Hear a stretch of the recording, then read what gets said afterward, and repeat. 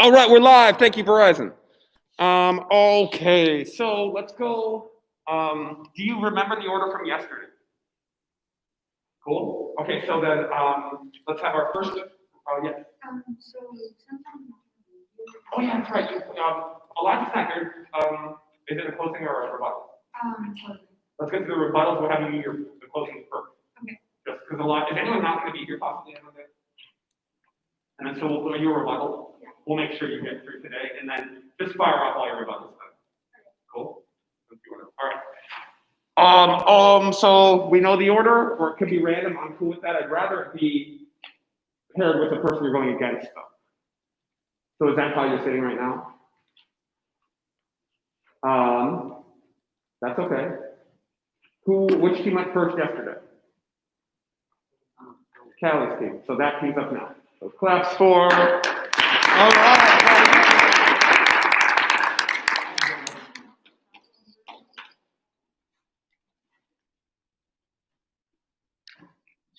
Oh shoot! Let me get. Did you see the bombarding?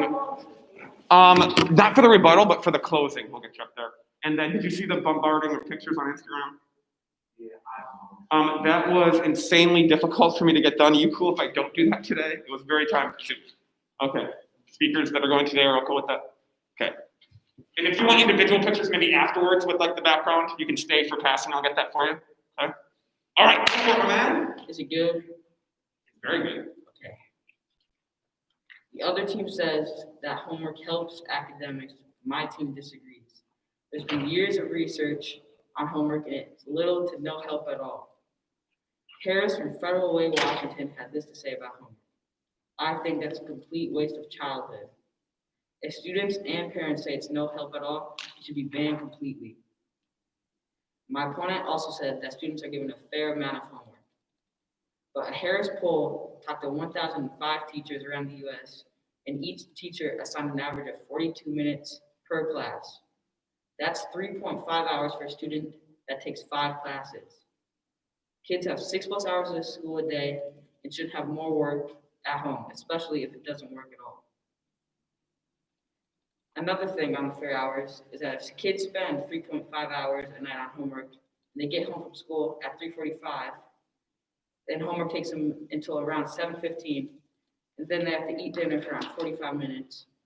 That takes them until 8 before they can spend any time with their family and friends. They should be socializing with people and exercising instead of doing useless work. All right.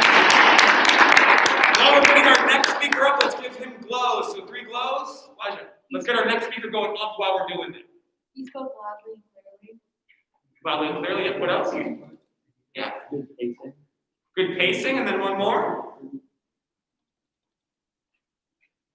One more glow. Glow, glow, glow. Glow, yo. Oh, come on, people. I'm going to call someone out. I'm about to sacrifice one of you. Landon, thank you for avoiding the sacrifice. What's that? Eye contact. Yep, I thought you directly refuted the points from the opening, so good job. Clapping for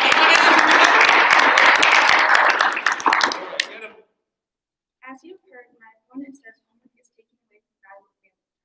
But to that we say no. What they really mean is homework isn't taking away from family time, it's actually taking away from phone time.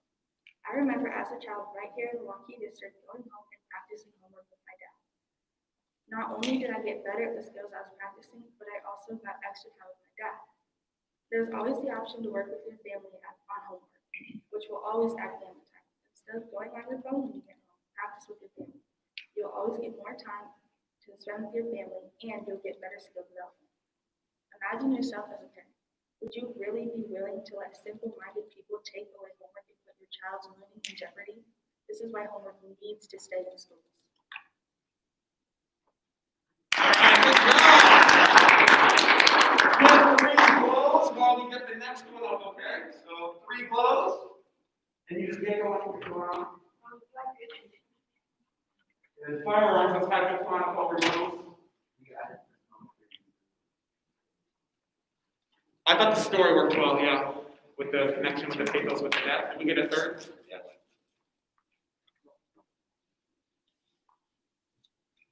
A lot of good eye contact. Pretty memorized for a rebuttal. All right, can we clap yet? Yeah, let's go. Throw. Rip out the throat. My opponent says schools are safer with armed teachers, but we disagree. Arming teachers will actually make it more dangerous. For example, a teacher at Westbrook Elementary School in Taylorsville accidentally fired her gun in the school bathroom and blew up a toilet. Imagine if this happened in the classroom. She could have accidentally hurt someone or killed someone. She could have ended a student's life because she accidentally discharged her gun. Grolnick said over 90% of fatalities from an active shooter die because the people with the guns are hiding. Therefore, if you want to give teachers guns, make sure they will actually do something and not just hide. My opponent says that school safety measures aren't good enough, but we disagree with this. As we've shown, such events are rare, and schools are many times safer than the homes of where Americans keep their guns. School shootings don't happen every day where you need to have a firearm in a teacher's desk. Therefore, schools already have sufficient safety measures. Our opponent says that police officers or teachers don't think that other teachers or police officers could be the shooter. But we disagree. Someone could mistake them as the shooter because if there's gunfire, we teach officers to isolate, distract, and neutralize.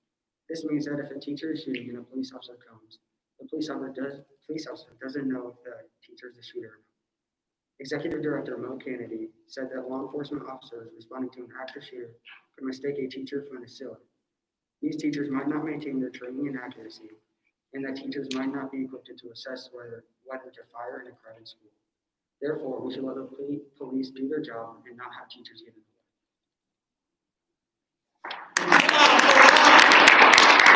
Let's get 3 blows while we get our next speaker up. So 3 blows while our next speaker's coming up.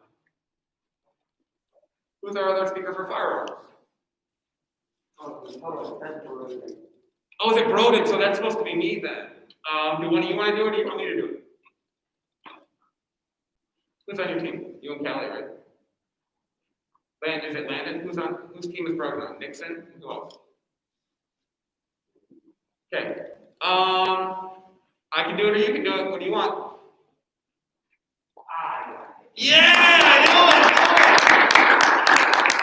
Look at this off the top of the dome. So, my bad. Broden has been out, and it's not his fault. He's out. So, I don't know where. Don't even. You know what? Don't even. If you don't have something to say off the top, like, don't even worry about it. Like, you're gonna read off Broden's right now. It's basically. Let's go. Let's do it at the end of the period. That's we get through everybody who's here. Let's do that. All right. What's the next one is gonna be? Feminine products free of charge. First rebuttal for that. Hayden, all right.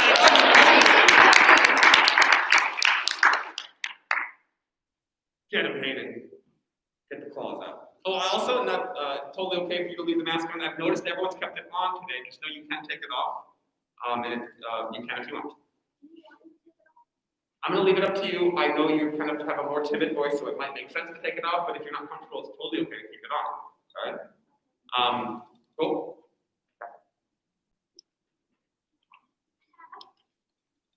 You're going to crush it, Hayden.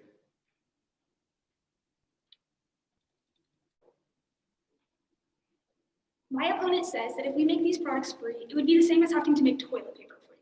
But the thing is, toilet paper used to not be free.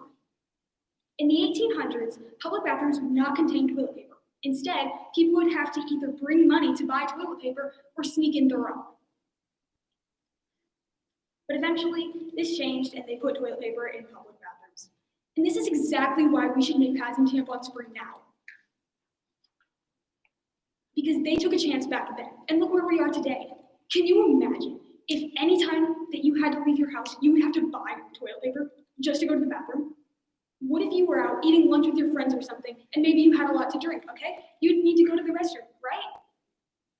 So now what do you do? If you get to the restroom and you realize, oh no, I forgot my wallet. What are you supposed to do then? Beg people if they please have a dollar. What if they don't give you that? What do you do then? This is what women are having to face every day of their lives.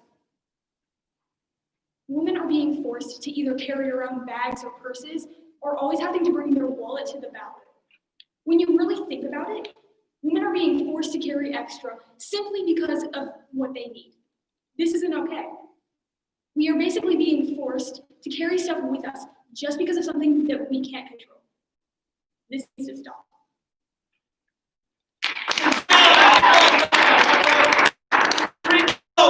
Crushed it, kiddo. All right. Eye contact and gestures are really good. Eye contact and gestures. Let's get the next speaker up while we're doing this, and then you three can tell.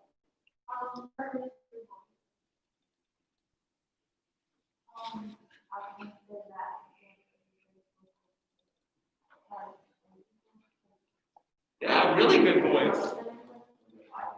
Good eye contact. Really sassy. I thought it was great. Really snarky. Good job, kiddo. All right.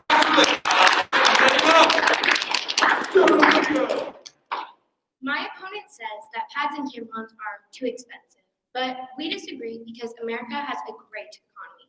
We have a minimum wage of $7.25 an hour. While that is not much, it does add up. Working 1 hour at minimum wage, which most people do not pay anymore, could get you a full month of the menstrual products you need. Would you rather have free pads and tampons in the bathroom or food on your table? As my teammate says, the taxes would skyrocket if we just decided to make menstrual products free. New York in 2016 was the nation's first city to put into law requirement that pads and tampons are free in schools, correctional facilities, and homeless shelters.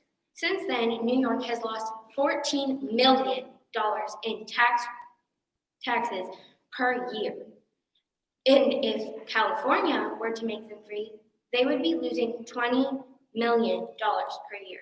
Imagine that times 50 for every single state. And that is just in 3 places with small demographics and small population. What if they were free in stores too? Our economy could be crushed. Imagine if we didn't have funding for the military, healthcare, or even natural disaster relief. We and our economy could be in ruins. Therefore, pads and tampons should not be free of charge.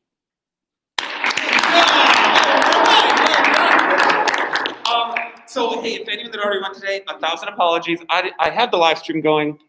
People found it, but I did not post it on that link. It will be recorded, and so if they didn't catch them the first few, they can see it after I post it later today. But let me post this real quick. Let's get her 3 glows because she did a great job. And you go on your own. Go for it.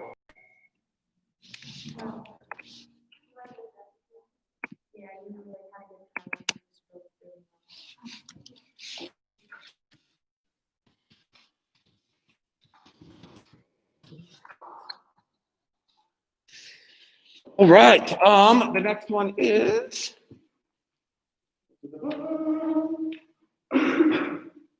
death penalty. All right.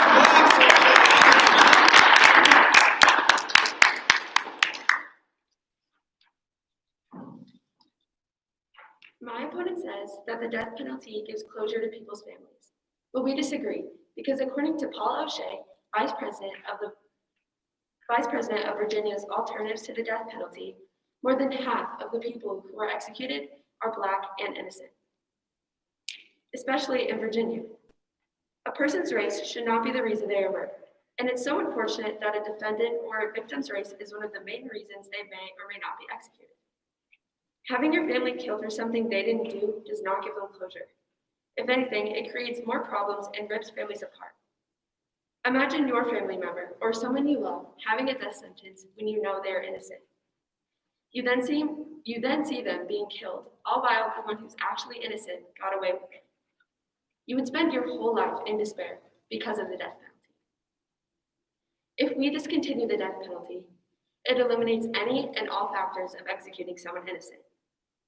My opponent also says it contributes to the problem of overpopulated prisons. We disagree because humans aren't just things we decide to kill or not. So we shouldn't be saying the prison is overpopulated, so we should kill them. Yes, it may be costly or hard to manage, but I don't know about you, but I don't think we should kill people for space. We could fly some prisoners to a different place, build bigger prisons, etc. But that's also part of the punishment. Going to prison isn't supposed to be about having enough space to yourself or being comfortable. It's a space for discipline.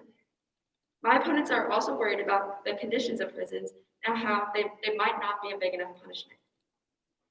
Although prisons are cruel, inhumane, and have degrading conditions, you experience violence, physical and sexual abuse, and other things that risk the inmate's health. You get mistreated because of your race, gender, or even a disability. After hearing this, do you still think prisons have good conditions? My opponent also says it is used as a deterrent for crime. Evidence around the world has shown that it actually isn't true. Multiple studies, not only in the United States, but also Canada, agrees that the crime rates have not gone down. In 2004, the crime rate of states who use the death penalty was 5.71 per 100,000 people. The states who are against the death penalty actually have a death rate of 4.2 per 1,000 people. The death rate has been abolished in Canada for 27 years, and the murder rate has dropped 44% since 1975. That is a very big drop and seems like a good solution. Why can't we do it here in the United States too? All right, great feedback. Well, we get our last person up. I think it's our last one. 3 pieces of feedback. Kayla. Eye contact. Landon. Loud and clear. Kenzie. Her pacing was really good. I liked how you know the rebuttal was pretty much memorized, so that was good. Right.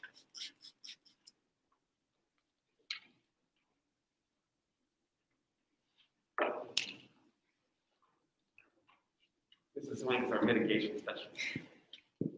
All right, claps for Abby.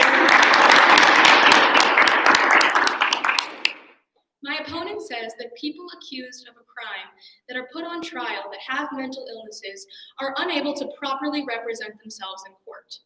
We disagree with this, given that every person put on trial in our legal system will have an attorney to properly represent them, whether appointed by the state or hired by the person themselves.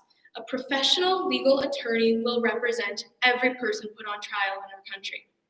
Therefore, the concept that people accused of a crime and put on trial will not be able to properly represent themselves is outright false.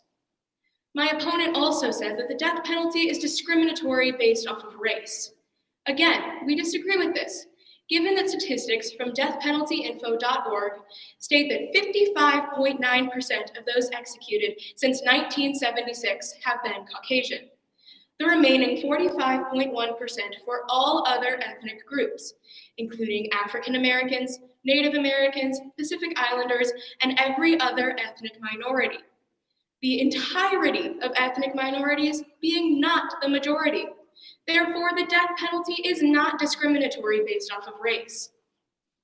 Lastly, my opponent says that people are being put on death row that are innocent of the crimes committed. Again, we disagree with this, given that our most accurate form of crime scene analysis is up to date and currently in use. DNA testing is our most scientifically certain way of telling who was at a crime scene and accurately convicting the correct people. Therefore, innocent people are not being put in jail and not being sentenced for execution. Feedback, and then we're going to circle back to our first for the closing. Oh no, we're going to do a live. And then let's get 3 pieces of feedback. And go on, you're at a point I think this year where you can do that without me facilitating it. So go ahead and get her feedback.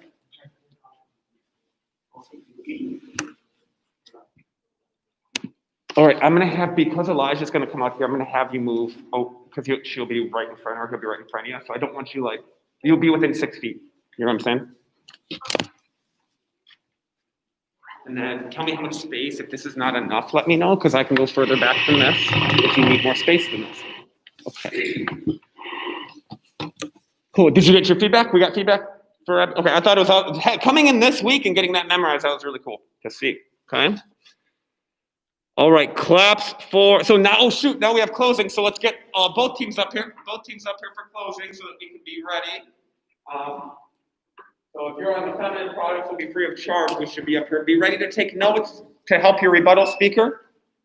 Oh, we have a former debater, great debater from last year here. I believe you did really well at this, if I recall. I told you to do speech team. All right, feeling good? All right, clap, clap, clappies!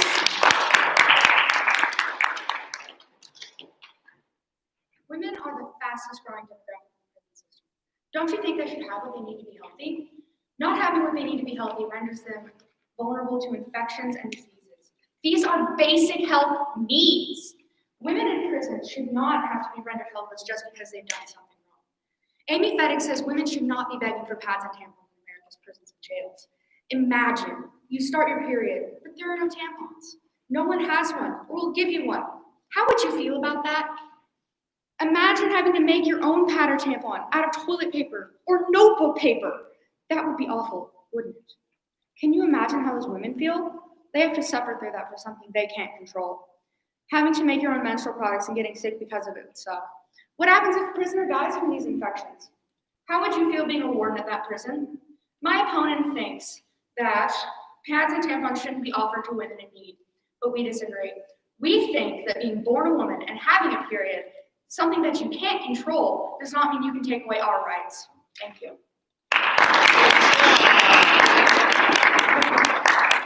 He's trying to take a look at their notes, right? Yeah. All right, John, three glows. Yes. Good gestures. Power triangle worked very well. Good power triangle. That was really cool to see you try that. Very cool. One more. Megan. Eye contact. I want everybody to give feedback at some point because it's all the same people. So I'm going to start calling on people who have not shared yet if you don't raise your hand. Okay? All right, claps for Kenzie.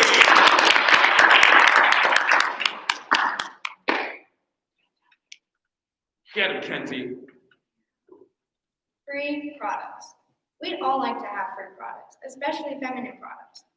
Women all around the world would love to get free products, considering the need for them every month. We've already shown the usage, the places, and the importance, but I would also like to point out the cost. Money is precious. Use money to buy everything, including feminine products. Is it really worth the money to buy feminine products for women who might not even use it? They cost around $5 to $10 on average per month. Why make an issue about $5 when there are much larger problems going on right now?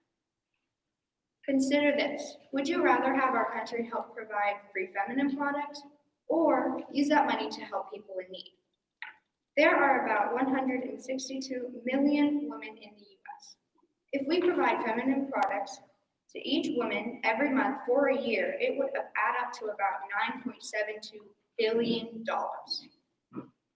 If we made these products free in stores, they would fly off the shelves like it was Black Friday. The store would never be able to keep them in stock.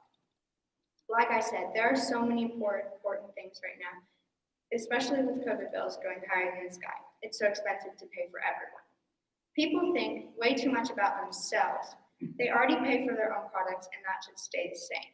It's clear from our points that we've made feminine products should not be free. All right, three glows. What you will, yeah. Confidently, Nate. Good pacing. Nixon.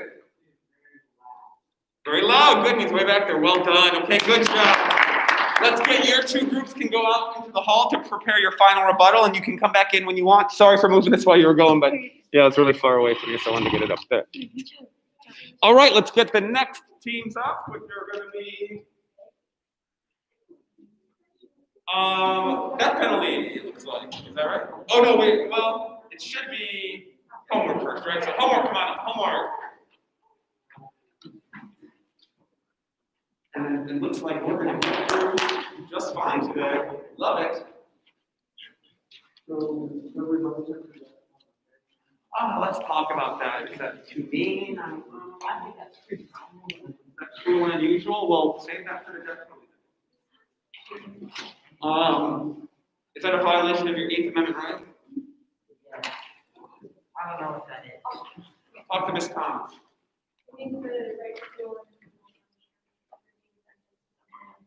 Clap for Kelly! Do it, Kelly! We've already shown that homework is very time consuming. It also doesn't have any value and it causes a ton of stress. We'd also like to point out that homework can also cause less family time. Every kid comes home from school with homework every day. Students don't have that much time to do with their family homework. Whenever you get to high school, homework is a lot worse. It can take up to 3.5 hours of homework per day. This shows that homework is way worse than people think. This is why homework should be banned from all of these schools. The kids have homework. This involves 30 minutes of child wrangling and patience testing 5 days a week. Pressure cooking the little downtown together as a family. Lots of people notice that their sons and daughters are bringing home 2 to 3 hours of homework a night, enough to disrupt the family. They were right to think that homework does take up a lot of family time. The student has to go through lots of homework every day. It takes up a lot of time. We have already talked about how time-consuming homework is. Homework doesn't just take up family time, it takes up after-school hours too. If kids have sports right after school, their homework will get pushed back. They'll have to start their homework way later than it should. Homework also causes a lot of stress, and everybody knows that lots of stress can lead to mental health issues. Kids are already stressed about lots of things in their life. For example, their upcoming basketball game, their grades, and of course their homework. I'm sure all of you were very stressed about this project. We were having to work after school to finish it. Homework honestly doesn't have any value. As you have already heard, it causes less family time, tons of stress, and less outside of school activities. People say that homework not even teaches kids outside of school. Some students can't even get the help outside of school and finish it. It breaks a mother's heart to see your child crying because they have so much homework that dinners are only break in the evening. You know now that homework takes up time, it causes stress, and it doesn't have any value. Do you really want a child to have to go through that day and day again? Three blows for Kelly. Andrew. How she did what? You referred to like stress in this concept, like you said that probably stress. Yeah, smart way to connect with the audience. Yeah, what else? Yeah, no. Good job, Kelly. And then one more. Good job, Kelly. Very proud of you, kiddo. Oh yeah, let's wipe that down for you.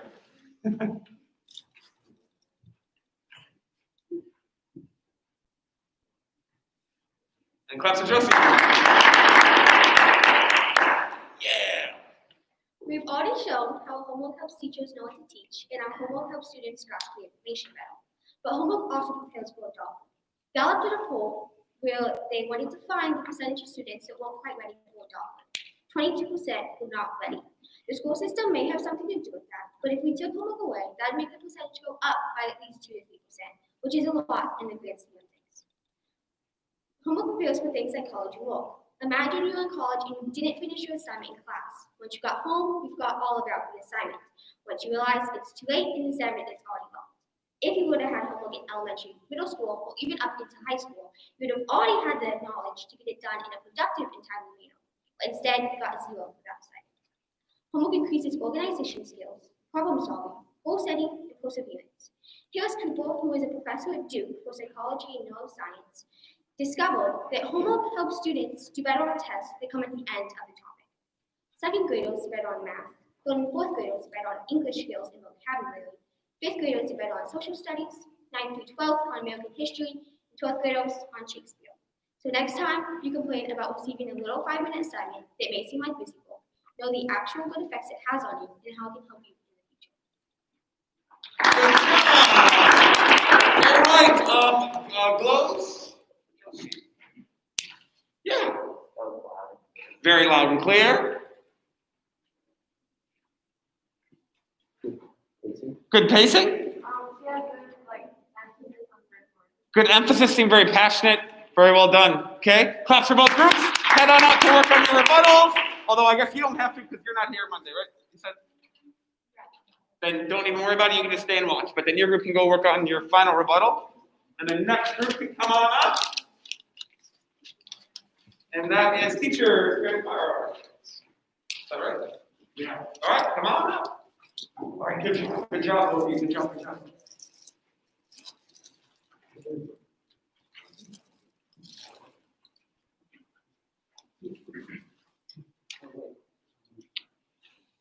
Feeling good? Well, you look at that. So you got that going for you. What's up? I said she got it. Yeah, she does. You'll nail it. You'll nail it. How'd you feel? Power triangle. Feel strong? I need to get my one of these. You love IKEA there. You have like 7 of them. Carry things around the house. All right, feeling good? All right, claps. Let me get you going here.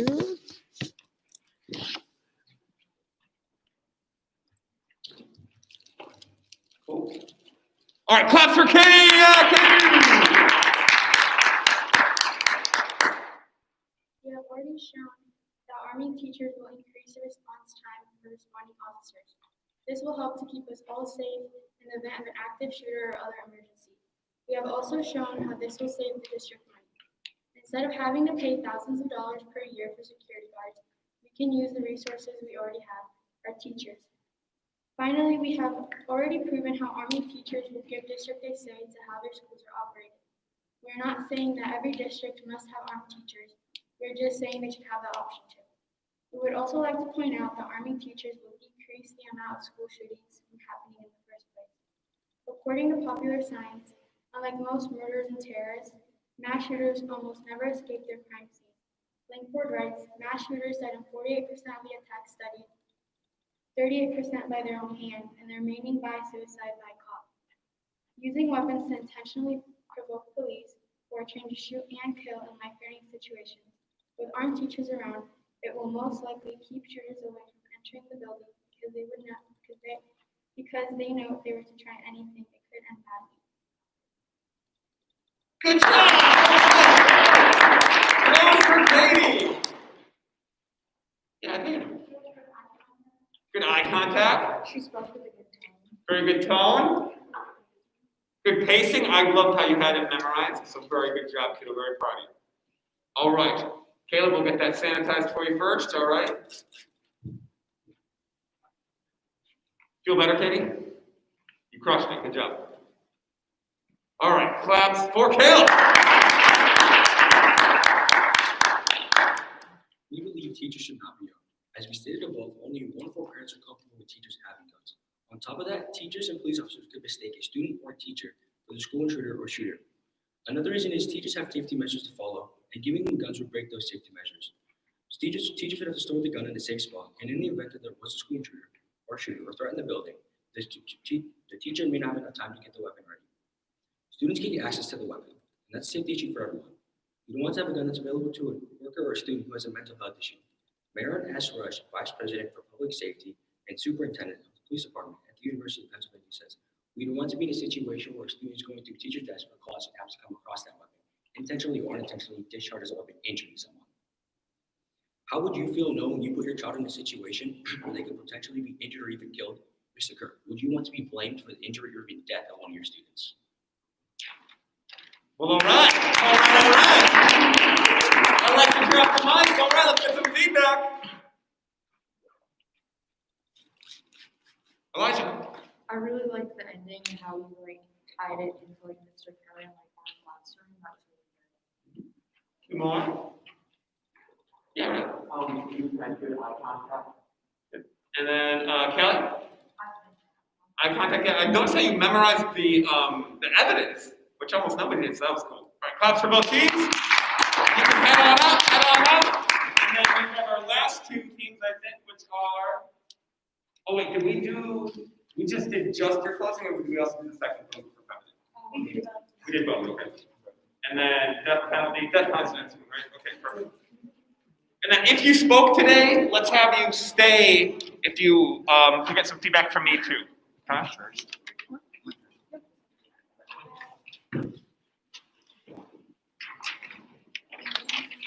Feeling good, Nora? Yeah. You got this, Nora. You got it. Sorry for the cords, Elijah, that you had to touch. In fact, that's there. It's about to die. I'm really glad I checked that.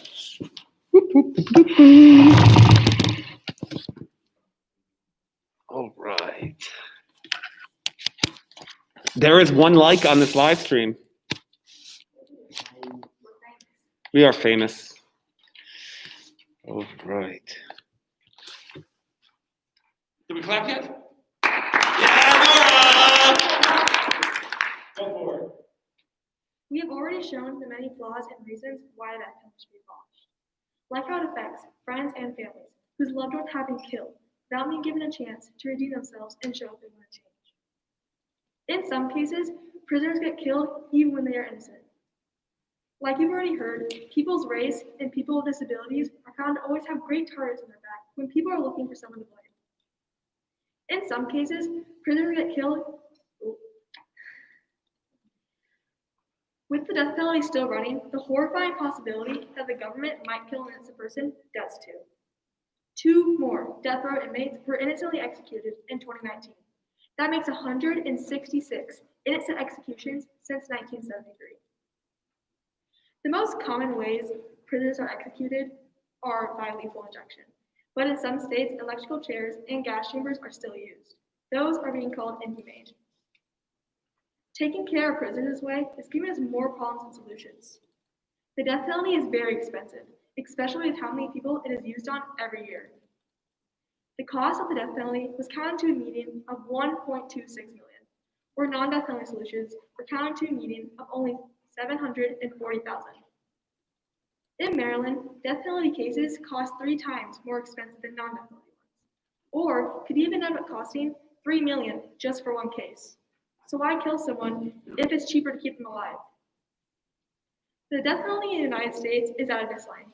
Half the states, representing half the population, no longer execute people.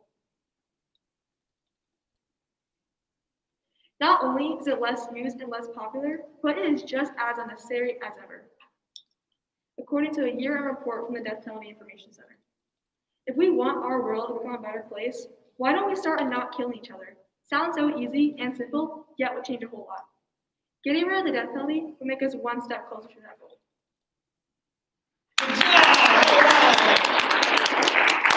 What clothes do we have? Very passionate. Good eye contact. Good memory.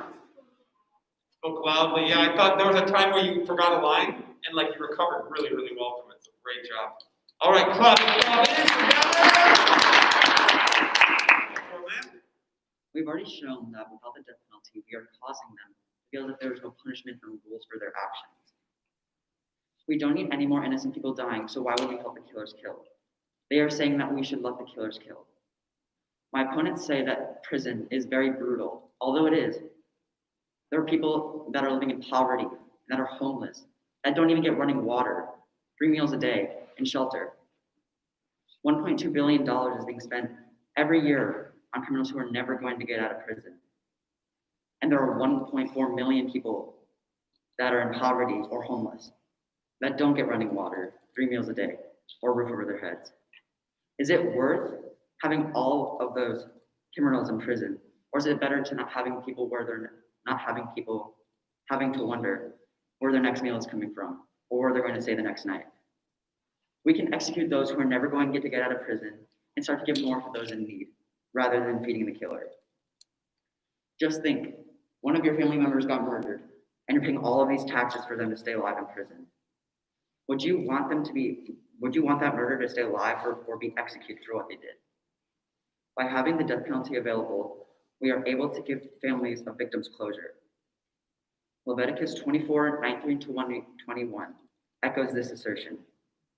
Anyone who has injured their neighbor is to be injured in the same manner. Fracture for fracture, eye for eye, tooth for tooth. The one who has inflicted the injury must suffer the same as the one who has caused the injury.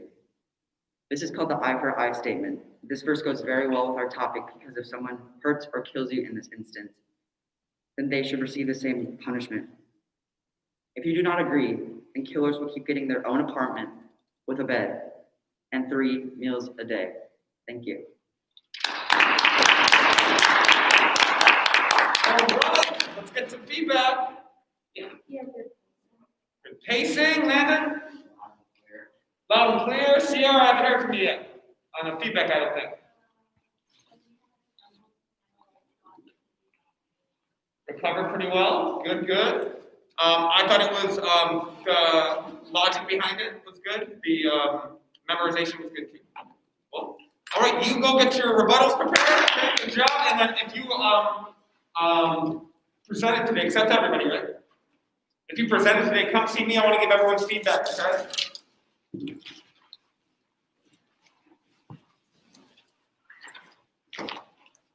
All right. How we doing? Feeling good? Very good job. Know that everyone that presented today got at least a secure. You all did awesome. Nate, I thought you went up there and knew your stuff and you had good eye contact and good strong voice. Tayden, I know we don't get you on Monday, but I thought you did a good job getting up there looking really professional and presenting your stuff in a strong voice.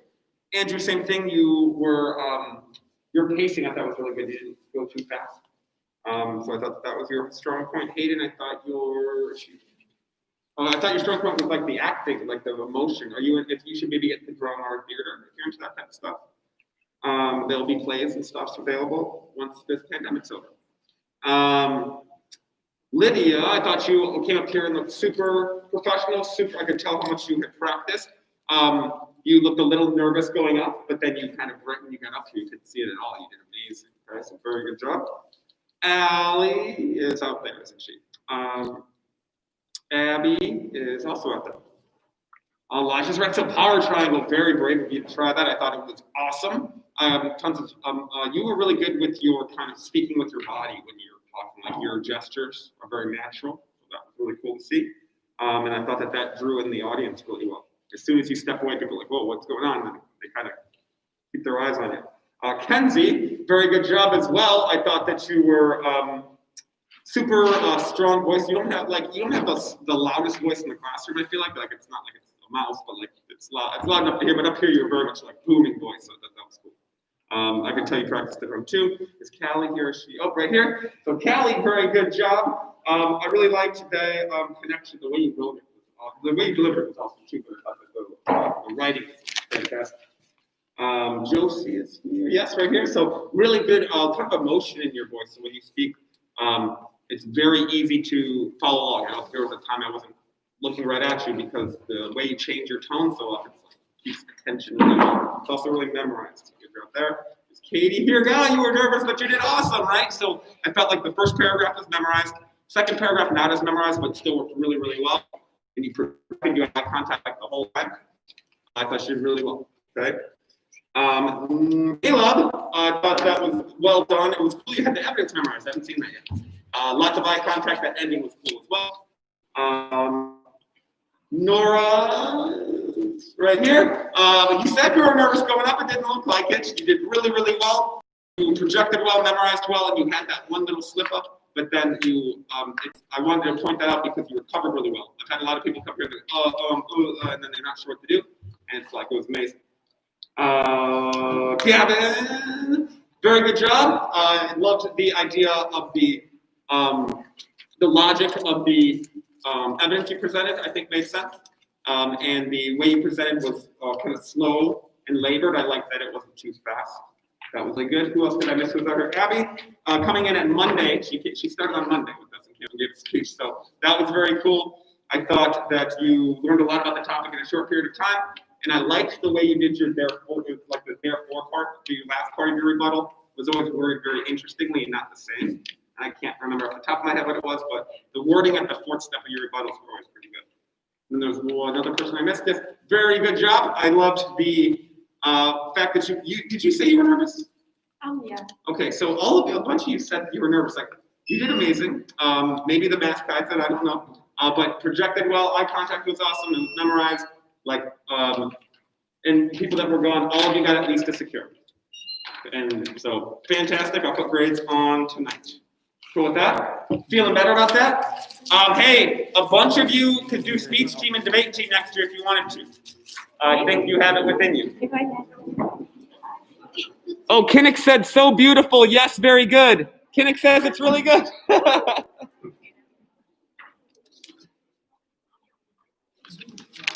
Thanks, Kinnick.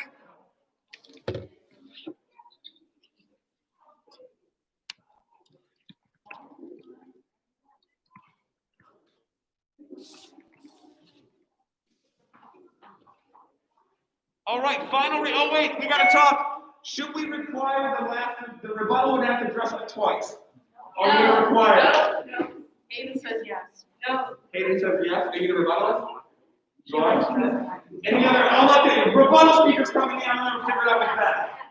Also, if you went today and you want a picture of yourself with the proposition behind you, press it down here. Can we just say optional? Yeah. Optional. Cool.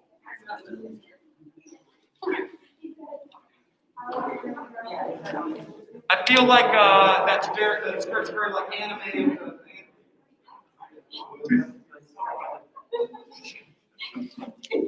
I'll back away slowly, all right. Well, you don't like this all day. Have a good weekend, everyone. Great job. Good job. Feeling good? Oh, sweatshirt right on. I love it. Good stuff, dude. That feel good? All right.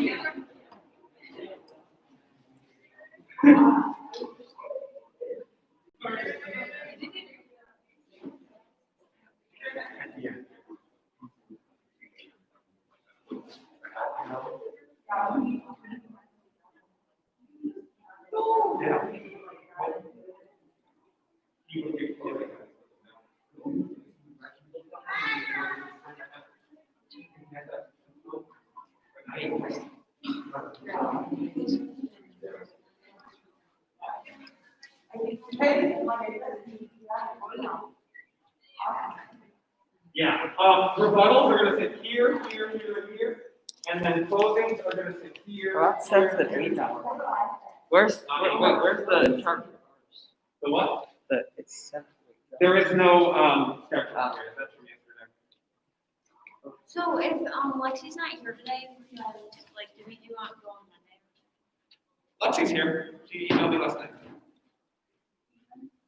She's Wait, Lexi, which Lexi? Oh yeah, did she send in a video maybe? I don't think so. I think she said she could go on Monday. Okay, then she'll just do her instead of doing rebuttal today, she'll do them both on Monday. Cool. Hey everyone, come on, we don't have time to waste at all. We want rebuttals sitting on these 4 tables, closings at these 4 tables. So, I'll talk to your team.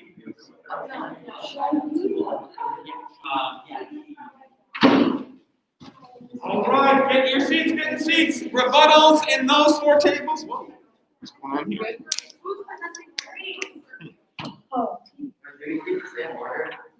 It'll be the same order. Rebuttals on those 4, closings on these 4 tables. If you're an opening, sit somewhere else.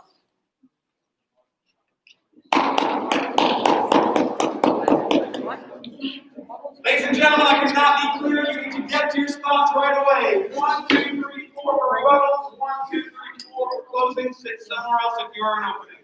Where does rebuttals go? Ask somebody else. I said 3 times.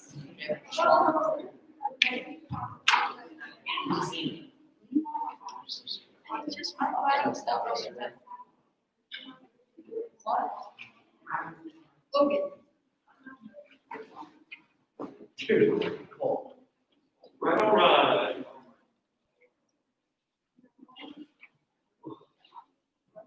Oh, we missed a great job today's slide, unfortunately, for the last class. We missed the Mrs. Lang technology slide. All right, so I've got rebuttals, 1, 2, 3, 4. So we got all our rebuttal speakers here. We've got all our closers here. Perfect. Oh, I love the argyle. Look at we're matching argyle. All right. Maybe a closer or a rebuttalist. Closer, you're going to sit on one of these front 4 tables. I can move that for you. You're ready. All right, this is going to be the order of. Oh, is there anyone gone Monday that's presenting today? So I'll make sure you get confirmed. Okay. This will be the order of speakers. So it's going to go. They're both rebuttals for animal testing, then both rebuttals for death penalty, then both rebuttals for firearms, then both rebuttals for animal testing. Then we go back and we do the closings for those after that. Okay. We were able to get through it first because we limited transition time. So be ready to go. Right. So who's my 2 animal testing? So you just as you go up, we'll clap. we'll be giving you free blows as the next person is literally walking out as you're getting your feedback. Okay, so it's like we have to limit that tracer. I was gone yesterday, so I don't know what I wanted to say. Your teammates should know that. Oh, they should have communicated that. Oh, well, I tried to communicate with them, but they didn't respond. Okay, animal testing, so who's our first for animal testing? It's the same order as yesterday, so same team order as yesterday, which team went first yesterday? So it's the affirmative one first yesterday, right? So let's have, negative go first today. Class for the next. It really doesn't matter because we're only taking the order and then that's it. It doesn't matter because we have to repeat the rebuttal. So I'll leave it up to the team, it really doesn't matter who the two of you. I'm gonna say, I'm just gonna go, affirmative team's going first, so we don't have to deal with this. So affirmative team's first, clap.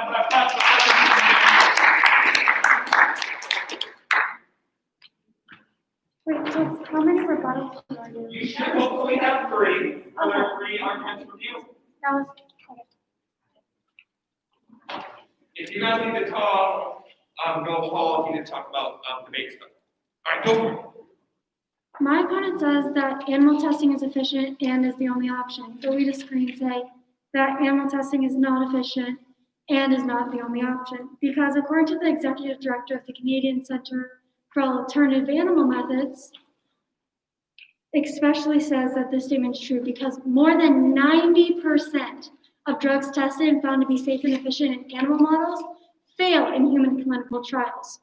Only 10% of drugs tested are found to be safe and effective in both animal and human models, which is not efficient at all. Animals and humans have completely different immune systems and their body does not work the same, which means we're not going to have the same reaction to most things. Well, all we're doing is we're taking our time and we're taking our money and we're wasting it over and over again over something that has been proven multiple times not to be as efficient as it used to be, which is completely pointless. What we should be doing with that time and money is we should be finding better alternatives or even advancing on things like tissue on a chip and bioprinting, because in the future those could be huge things, especially bioprinting, because bioprinting could print working human organs so then people don't have to wait so long for transplants. Therefore, animal testing is not efficient and we should be using our time and money. And all we're doing is wasting our time and money. My opponent says that animal testing is necessary, but we disagree and say that's not necessary, especially in research today.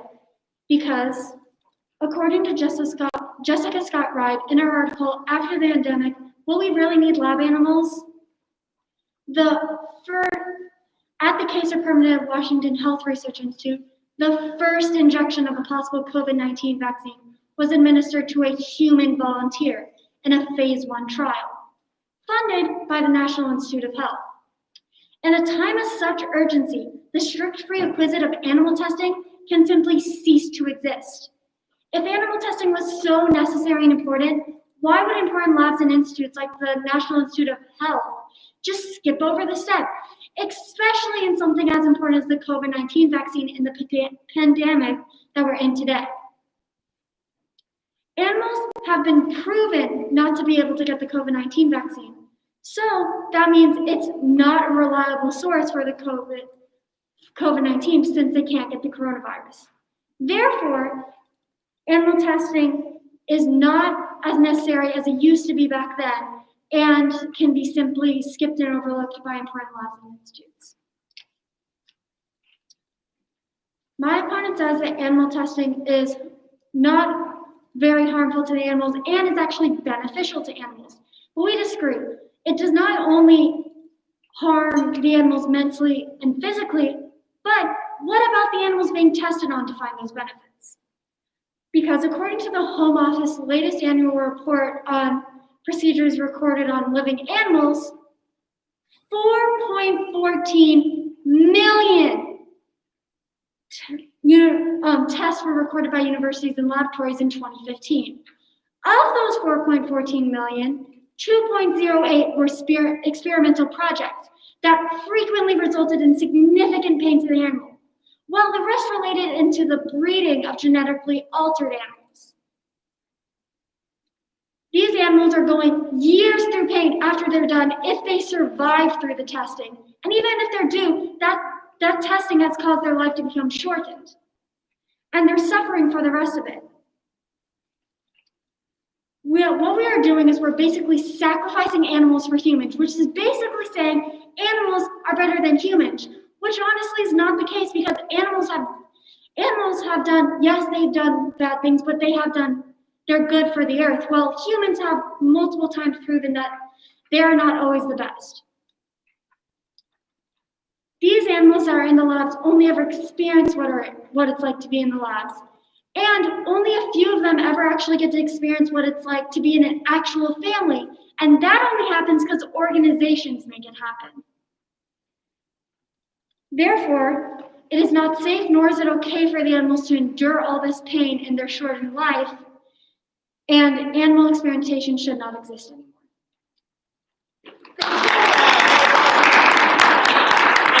I don't call on you, you just kind of do it on your own. If you don't share by the last few, I start calling on the people who have not shared. So everyone needs to share at least one today. Don't raise hands, just do it. You had really good gestures. She was very passionate. So her gesture's passionate in tone. All the time you memorized, especially for a rebuttal. She used really good words, like, and then she had her sources in her head. She used really good words, like, just really good transition words that she used and words to describe things. I don't really know an example. Expressed it really well. And she made really good eye contact, and you could tell that she really cared about what she was doing. Good, all right, clap for Marie.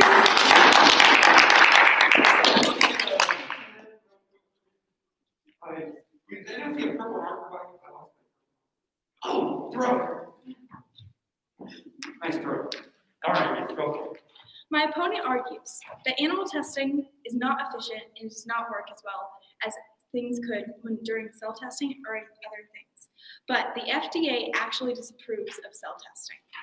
Cell testing is not even found efficient without the backup of animal testing behind the cell testing. Cell testing is not proven by itself and cannot be used by itself because it is not conducted. My opponent also says that animal testing actually hurts animals. But did you know 94% of animals don't feel any pain? And if that 6% of animals that do feel pain, the pain is only because they need to conduct it for the test. And then the thing they're testing it on will relieve the pain of the animals. My opponent, again, says that animal testing is not good for the animals itself, and that so many animals are tested and thrown away. But that is not true. According to my opponent yesterday, they said that the 3 R's are not effective and do not work. But the 3 R's are replace, reduce, and refinement. Those 3 R's actually do keep animals safe and are used every day during animal testing. Replace is used to try to replace animals as much as they can. They use different things that could replace animals, but again, there's not as many things that could be replaced by animals, so they do use it. They reduce. They try to reduce the amount of animals that are tested with other things that supplement and fill in for animals. But again, animals are more efficient and work better. And refinement. They give animals more life and a better welfare, which leads me again to the Animal Welfare Act. Conducted in 1966 by the Department of Agriculture, the Animal Welfare Act was put on animals to keep them safer and healthier, giving them a better well-being and a better state of life. If you search cell testing against animal testing, the first thing that actually pops up is PETA. If you do not know what PETA is classified as a terrorist organization, not only by the FBI, but also the Department of Agriculture. They have no idea what they're even doing with animals. In 2019, they took a bunch of lobsters from Wisconsin and put them in fresh water. If you did not know, fresh water kills lobsters. So they killed all the things they rescued, which doesn't make any sense. And the shelters they have for PETA are kill shelters. And they kill 90% of their animals every year. Did you also know that cell testing will not ever be effective because you can't get the psychological fact of animals that you can get from animals into cell testing? Because of this, you cannot get some of the research that we find in mental health and illnesses too.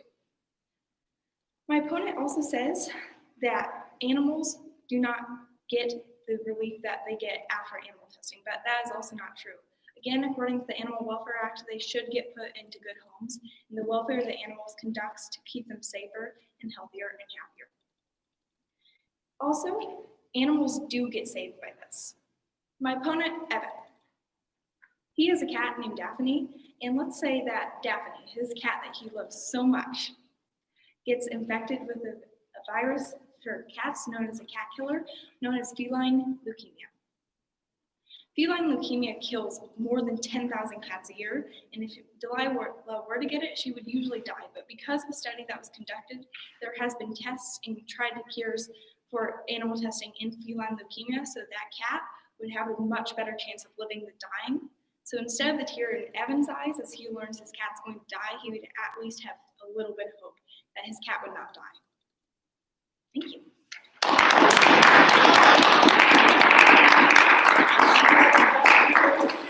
Let's get her feedback. Not over. So you know how to do that. I think we're far enough in the semester to figure that out. And these, the death penalty will be our next rebuttal. I love the connections you made, especially with it by this cat. That was kind of Who's death penalty? So go on up while they're giving feedback. I think Trinity had one for you. Did you have your hand up? No. What? You have a question?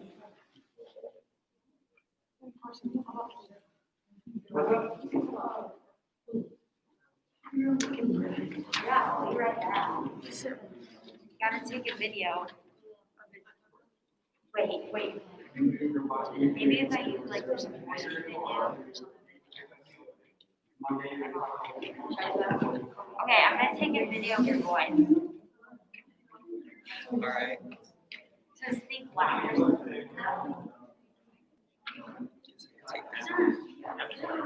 All right, claps.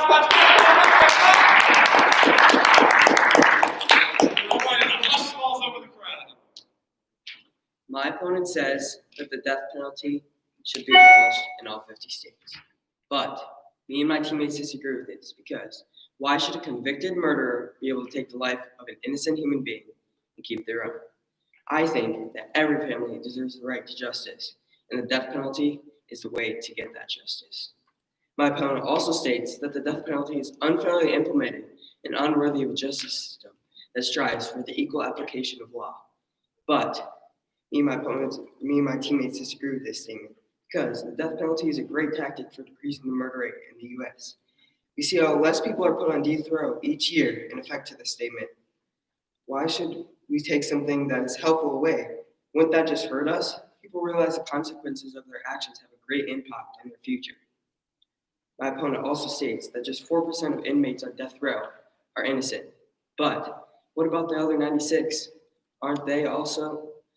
Shouldn't they be also persecuted for what they have done? My opponent also claims that the death penalty is a bad way to die and would be painful. But me and my teammates disagree with this because the Tribune News Service states that the electric chair or lethal injection is painless and quick to do its job with little discomfort. Therefore, the death penalty is not a bad way to die and is painless and safe. As we can see, there are many reasons that point to the fact that the death penalty is needed in the U.S. It can bring justice to many people to know that they will be safe when they fall asleep at night, and the death penalty will keep it that way.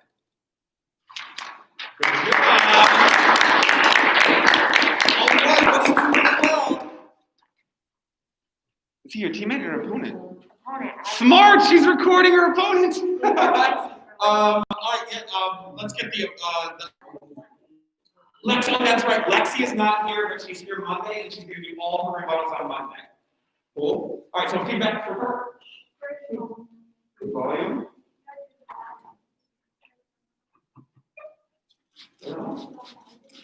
Strong evidence. I thought it was good. Memorized. Sounded really confident.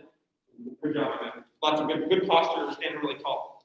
All right, our next one is going to be our teachers and walkie will be on. So the affirmative team is going to be first. So claps for Drew.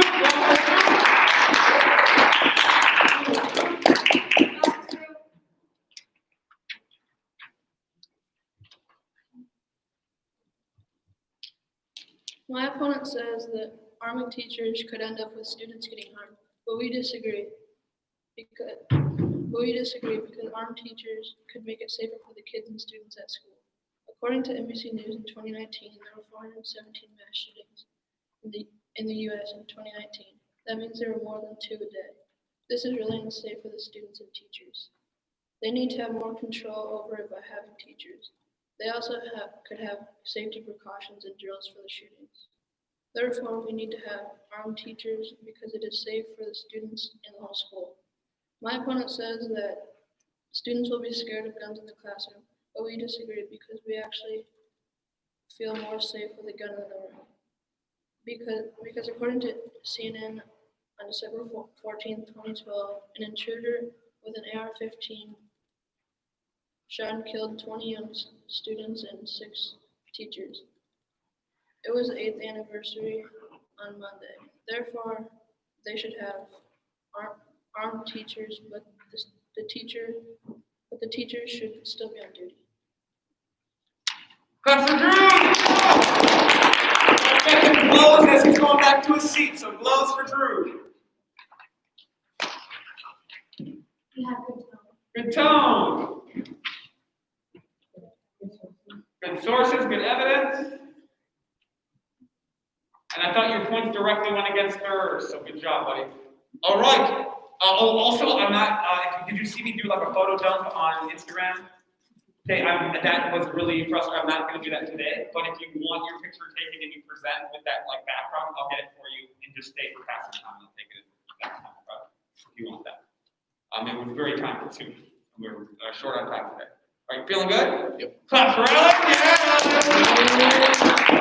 Go for the thrill.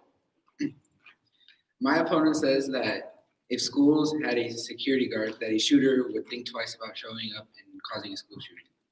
My team disagrees with this because during the Parkland shooting, they had a security guard on campus, but the shooter showed up anyways, killing multiple people. My opponent also stated that a police station is 30 minutes away. This has been proven wrong many times just because a police station is 30 minutes away doesn't mean that police are there all the time. Police are always out in the street. This has been proven wrong many times. Also, my opponent says that teachers should have their guns concealed. This has been proven wrong many times because having a concealed gun has been proven to be twice as dangerous as having a gun exposed. My team and I think that teachers should not have guns because it raises anxiety and is also more dangerous for students. If teacher had a concealed gun and used it during a school shooting, they could be mistaken for a school shooter or mistake a student for a school shooter. My team and I think that teachers should not be armed and that they should leave that to law enforcement. Teachers are not law enforcement. And even with training, they can still cause more harm than law enforcement. That is why my team and I think that teachers should not be armed. All right, getting feedback while we get the next one. So feedback, hello. Good volume. Yep, directly refutes the other side's claims. Good fact. What's that? Confident, yep, love. Good job. All right, did we get both for firearms already? These all become a blur by about the second hour. All right, so let's get animal testing. Oh wait, have we got them all now? I saw two. What's that? I saw two for animal. Oh, there's 2 animal testing in this one, right? All right, so animal testing affirmative. Come on up. So the affirmative for animal testing. Wait, affirmative is. Probably use no one else. Going up, claps for Logan.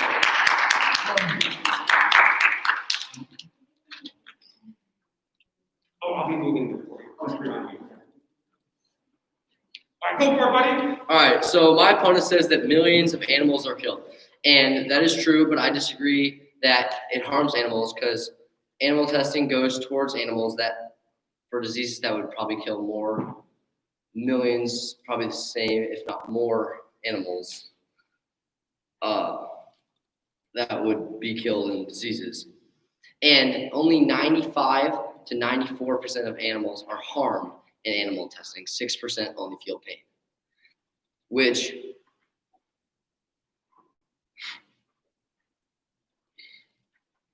sorry.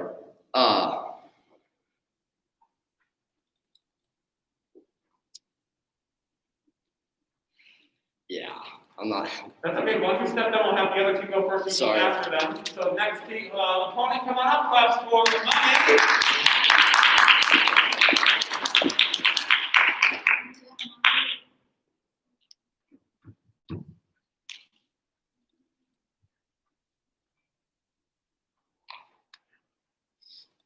My opponent says that animal testing is crucial to human life and that we can't live without it, but we disagree.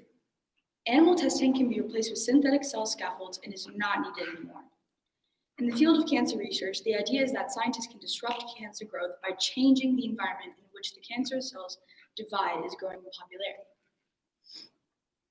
The primary way researchers have tested this theory is to conduct experiments using animals. Smith-Array's cell scaffolding research aims to replace animal testing in cancer research with electrospun synthetics. When cells grow inside the body, they require something known as an extracellular matrix, or an ECM, on which to grow, just like a house requires a foundation. Samarander Hanumantharo, a doctoral student and Rose co-author, said synthetic ECMs are created by electrospinning matrices from polymers such as polycaprolactone and are more consistent for research than using cells from different kinds of animals.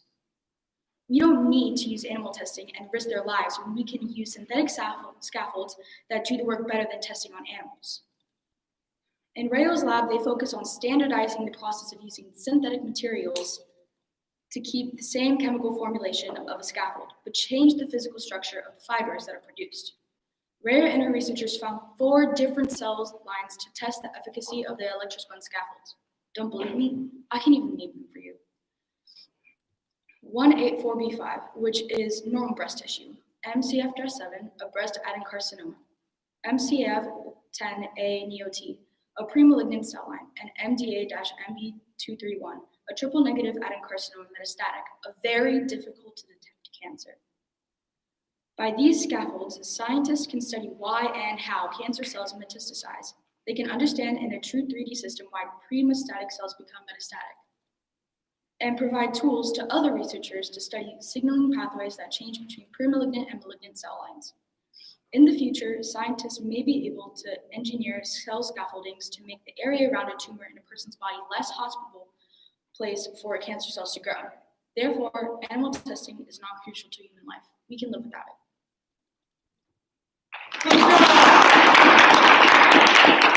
Good feedback, and then we're going back to the first animal testing group. So first animal testing group, we want everybody up now because it's a closing. So we're going affirmative, negative, okay? And then we're gonna make sure you have your notes because we're gonna wanna take notes for your rebuttal speaker. And then make sure we get our feedback for Amani. So while we're getting set up feedback for Amani, please, I think we're come together as a class enough for you to be able to have that. She spoke today.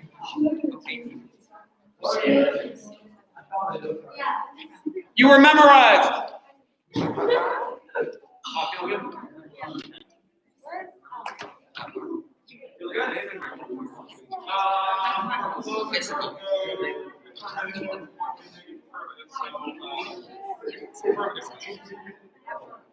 I watched her.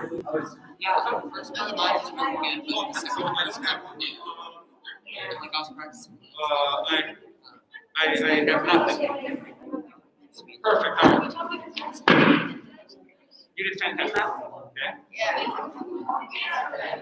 don't know.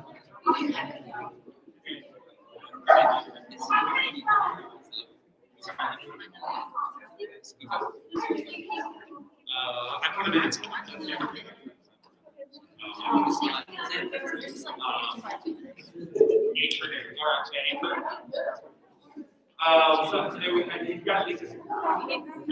All right, let's go. Sit down. We cannot have transition time today. Claps for affirmative closing.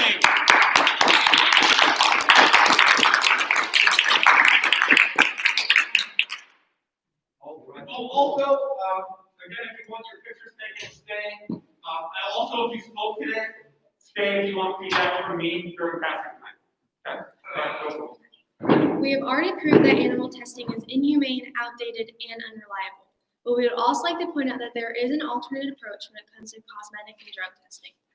Dr. Sandra Zakara's work at CAM is focused on human biology-based research models, utilizing human stem cells and bioprinting to create what are called organ on a chip and disease in a dish to see how diseases and treatments act in human bodies. This is a great alternative to animal testing because it will actually show what's happening in human bodies instead of in animal bodies. We're seeing more and more researchers trying to incorporate human-based methods into researching and testing by using human cells, stem cells, and tissue on a chip. Dr. Sandra Zakara states, the more of those methods used, the better for human health and for animal health. But also, animal testing is costly and it is slowing down the production of life-saving drugs and medicines that we need to help someone. One promising replacement is tissue on a chip.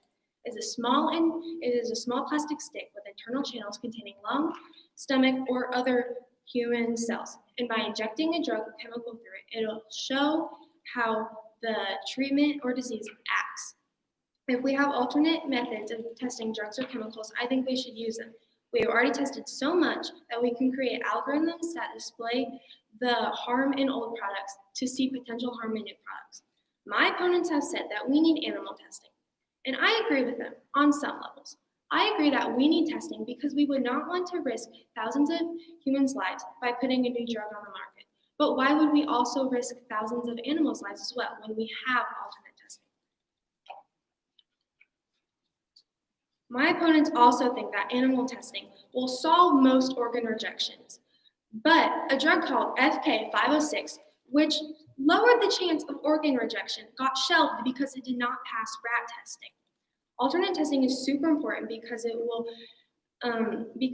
get medicines on the market faster and will be more advanced for the human body and for animals because it is violating animal rights. Think of it this way. You go to the doctor's office and they tell you that you are perfectly healthy, and that's great. But because you are perfectly healthy, they have to test a new drug on you that has only had fatal results, and you can't do anything about it because that's exactly what's happening to animals.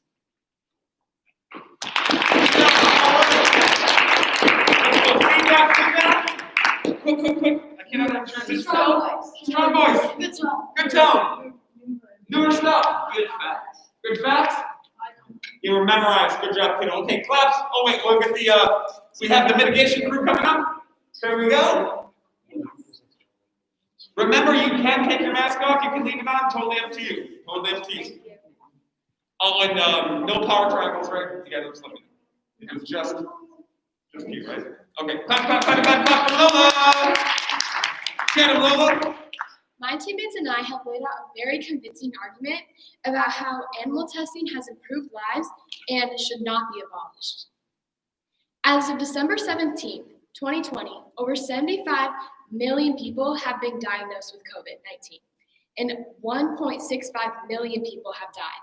We have proved how the two leading companies in finding a vaccine for COVID have used animal testing to further their research. If medical professionals are approving the animal testing, what makes you think that you should stop it? We have proved how animal testing has saved many lives and has allowed us to find a vaccine for COVID. Overall, COVID has taken so much from us, and we don't want to slow down the research in any way, shape, or form. There are over 109,000 people on the organ transplant list, and 17 of these people die every day. A Japanese researcher has proved how he has used has grown mice kidneys in rats using mice stem cells. He says that this approach could be used to generate human stem cell deprived organs in livestock. This makes the medical field hopeful that one day we might be able to grow human organs in other animals such as pigs and monkeys to transfer into people that are on the organ transplant list. This is great news for everybody on those lists because one day they might not have to worry about whether they're going to get an organ before they die. We have also mentioned the Animal Welfare Act, or the AWA. This act has saved many lives that are a part of experiments and research. This act prevents scientists from mistreating animals, or just tossing them aside after research. They're required to make sure that the animal is safe, happy, and is okay and alive after testing. We also have mentioned many diseases and disorders that have been cured because of animal testing. My opponent says that almost none of the animal testing goes through human trials, but if that is true, why do we have so many diseases and disorders that have been cured thanks to animal testing? In the 1900s, 25% of the population died due to tuberculosis. Today, if we still had tuberculosis and didn't have a cure, that would be over 1 billion people. Today, the death and infection rate is virtually zero. We would also like to mention how animal testing is not just done in labs, and nothing can replace it. A zoologist at Kansas State University Comparative Toxicology Lab, Fred studied trout in the lakes of the northern and eastern Canada. He had studied the acidification in the lakes and how it affected the fish. These results were used for the National Sulfur Dioxide Emission Standards.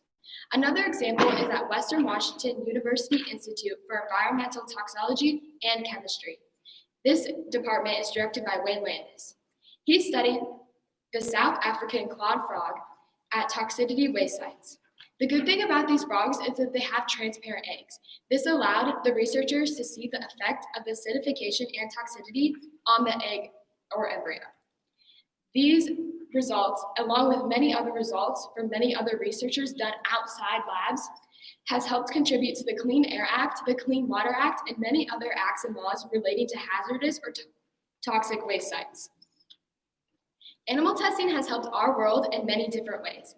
And without it, our world would not be safe, and you would constantly have to worry about catching a disease or getting cancer or needing an organ transplant. Even Martin Steffens, the vice president for lab animal programs of the Human Society of the US, says that animal testing is very necessary to our world today. Without animal testing, our world would not be safe, and animal testing has benefited every species.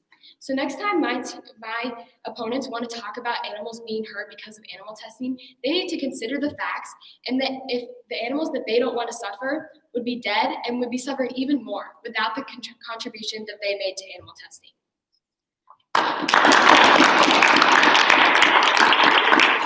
Keep that very quick for Lulu because we're a little behind schedule. Very strong and powerful. Strong and powerful voice. Good gestures. Good gestures. Lots of good facts and eye contact. Good job. Get on out here, do your rebuttals. Death penalty, head on up. Death penalty, head on up. Quick, quick, quick. Good job. Good job. Paul, you go second.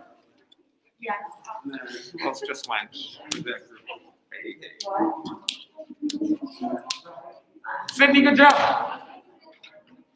All right, feeling good? What's up? Feeling good. Then you're the closer. So you're leading off the bubbles. Right? And then you're the closer. Okay, come on up. Feeling good?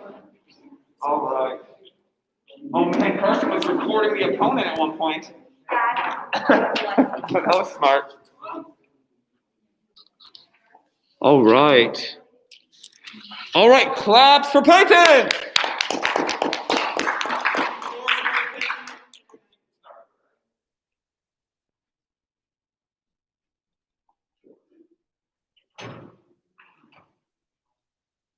All right, go for it, kiddo.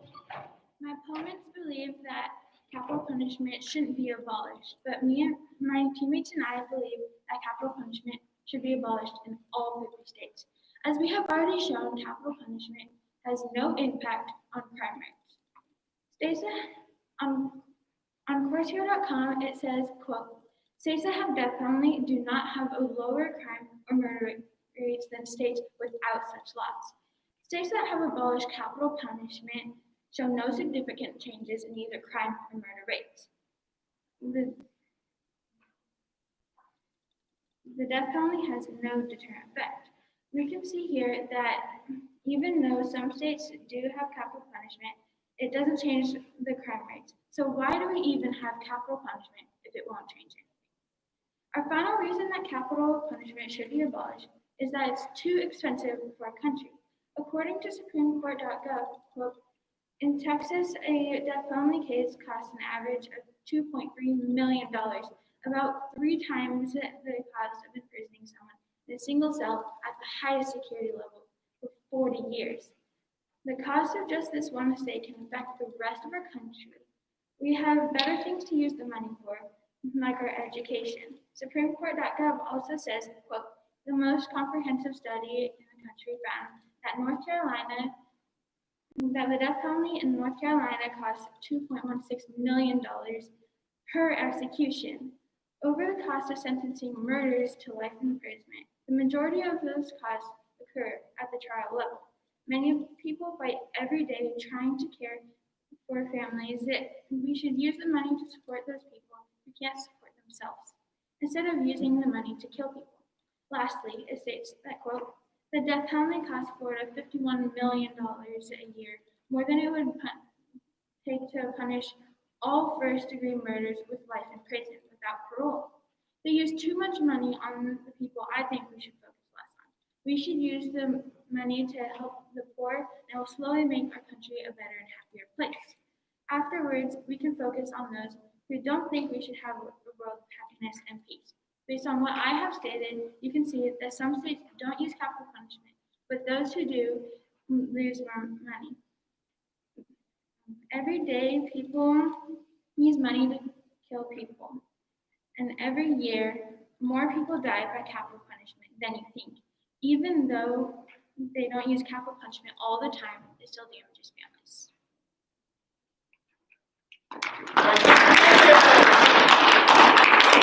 All right, real quick, feedback. Good tone. Good tone. Newer stuff. Strong evidence. And I thought you had great eye contact. Good projecting of your voice. Claps for Cole.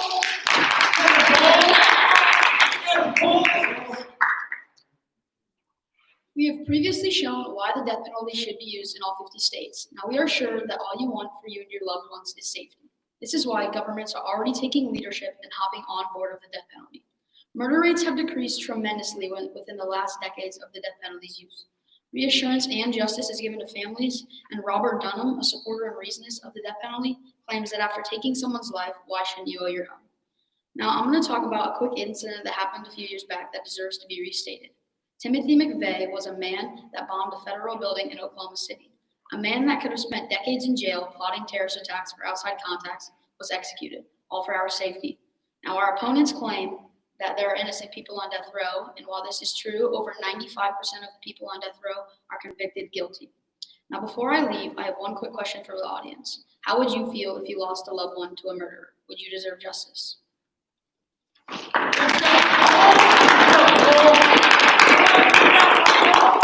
Let's get feedback for Cole while we get teachers from Milwaukee armed up here. Oh wait, so we are probably not going to get to every closing. For people that dressed up today, would you rather go to no, or do you care to do we care? Would you rather go today to dress up today? Who's people that dressed up? It looks 1, 2, 3, a bunch of us did. Okay. Who's the firearm one? Perfect. Let's go. You both have it? Let's go. Perfect. Go okay. And then we'll try to get your next one. All right. Hustle. Out of here for rebuttals. Get out of here for rebuttals. Let's get, we're going to stop feedback at this point, if that's okay, just to get it going a little quicker. Cool, amazing memory. Literally looking up the whole time. Thank you. And then who else just did they leave already? That's okay. All right, claps. Who's first? No, it's affirmative. Okay, I'm going to go at, you want power triangle, is that right? So I'm going to move this back for you. Is that going to be enough room for you, do you think? And then just be aware of these boards here. First hour, and like just be aware of that, okay?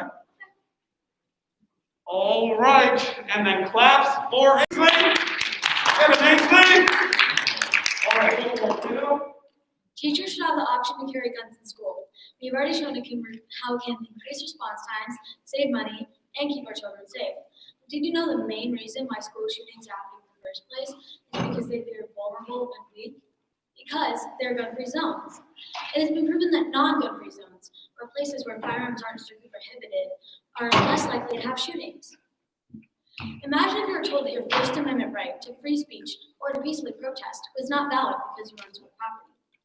How about if you were told that your Fourth Amendment right to protect you from unreasonable searches on your phone did not apply to you because you were on school grounds? Your constitutionally protected rights are exactly that, rights. They should not be infringed upon simply because you're on school property. We believe that the Second Amendment rights should not and do not go away for teachers either. In former President Barack Obama's second term, he directed the Center for Disease Control, CDC, to commission a study on gun violence. Well, the initiative of the study was to make a case against gun violence. Unfortunately for him, the exact opposite happened when the data was collected, which is exactly why the Obama administration buried it, and now it's almost harder to locate than unicorn tears. The study found that over 98% of mass shootings occurred in gun-free zones, such as schools, churches, and military bases, where carrying firearms is strictly prohibited. The same study by the CDC found that as gun ownership increased, gun violence decreased. We submit that is because cowardly criminals prefer unarmed victims, as evidenced by you don't see shootings happening at gun shows, NRA conventions, or any other place where carrying firearms is strictly prohibited. One of the arguments that is often made against the Second Amendment is that you don't need to use a firearm to protect yourself because there is a police or sheriff's department nearby. That is like saying you don't need a fire extinguisher in a school simply because there is a fire department in town. The fact of the matter is, when seconds count, law enforcement is minutes away.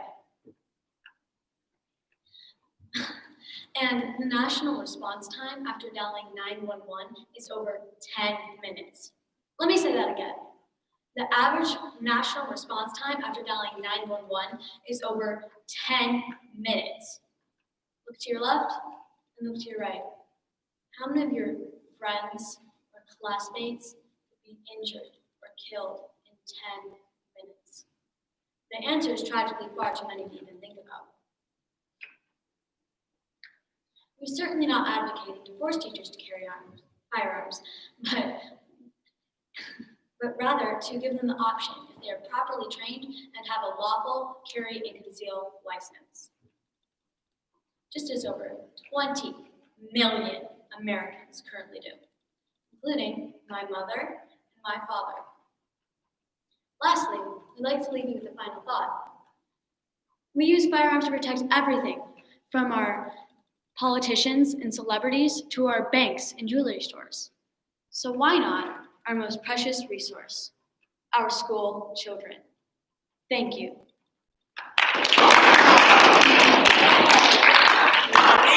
Crushed it. I don't have time for feedback notes. We got to keep going, but you absolutely crushed it. Claps, claps, claps for Devin. Claps for Devin.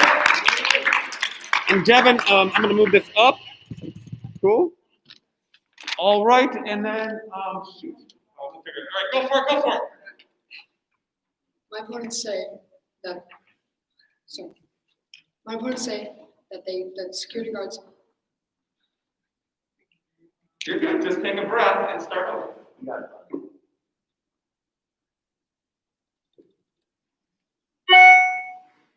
I can have, you know what? Anna is dying to go right now if you want to go on Monday. Yeah. Anna, how about up? You go with that? Let's go, Anna.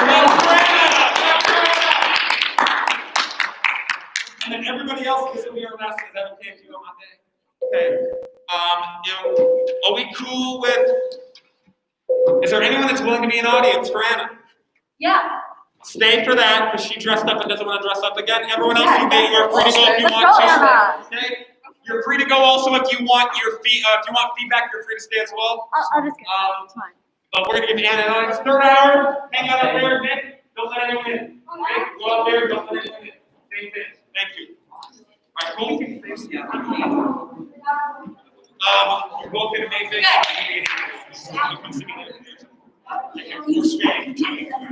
I know, so good. All right, voices up. Listen, let me feel the microphone.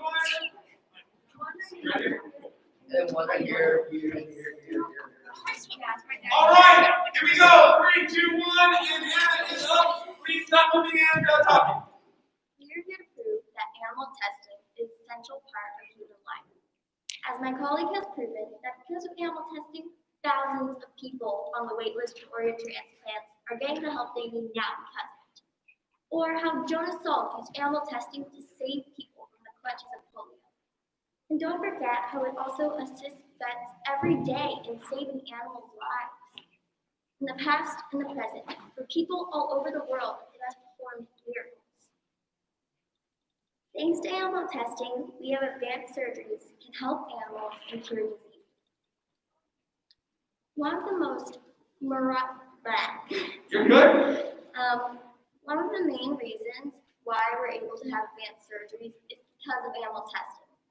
One of my older sister's friends, a diver at the University of Lincoln, Nebraska, injured her spinal column due to the amount of strain and pressure she put on it. Without animal testing, the doctors wouldn't know how to treat her, and she would still be just laying in her bed, unable to move without feeling pain. And because of animal testing, she's now back practicing with her team, doing what she loves.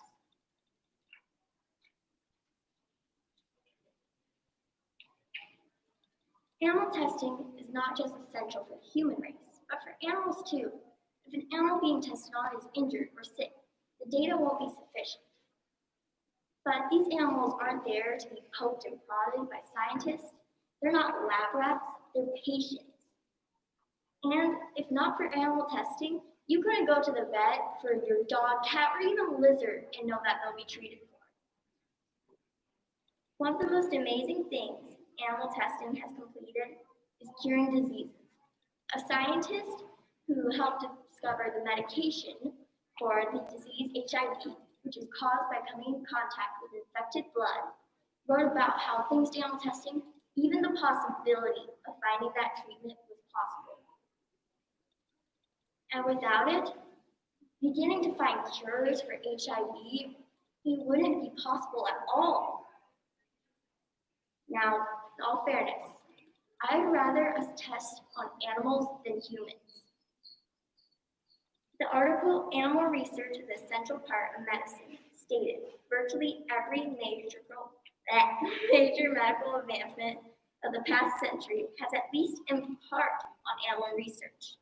If we were to start testing on humans instead of animals, so many people would die in their place. The cost of finding new and advanced surgeries and curing diseases would become too harsh and cruel. It would rip people away from their lives, their families, their children. Don't get me wrong, I love animals. But are you willing to save a wild animal over your younger sibling or best friend? After seeing all the good things it can do, are you willing to let friends, families, children, parents, grandparents all die because some people aren't willing to see all the good things it can do? Are you willing to risk all those people? Are you going to save a handful of animals or thousands of people? Are you willing to let children die in the place of wild animals?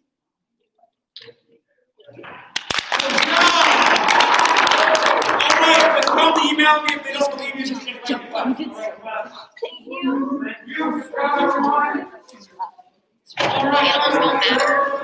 Animal life.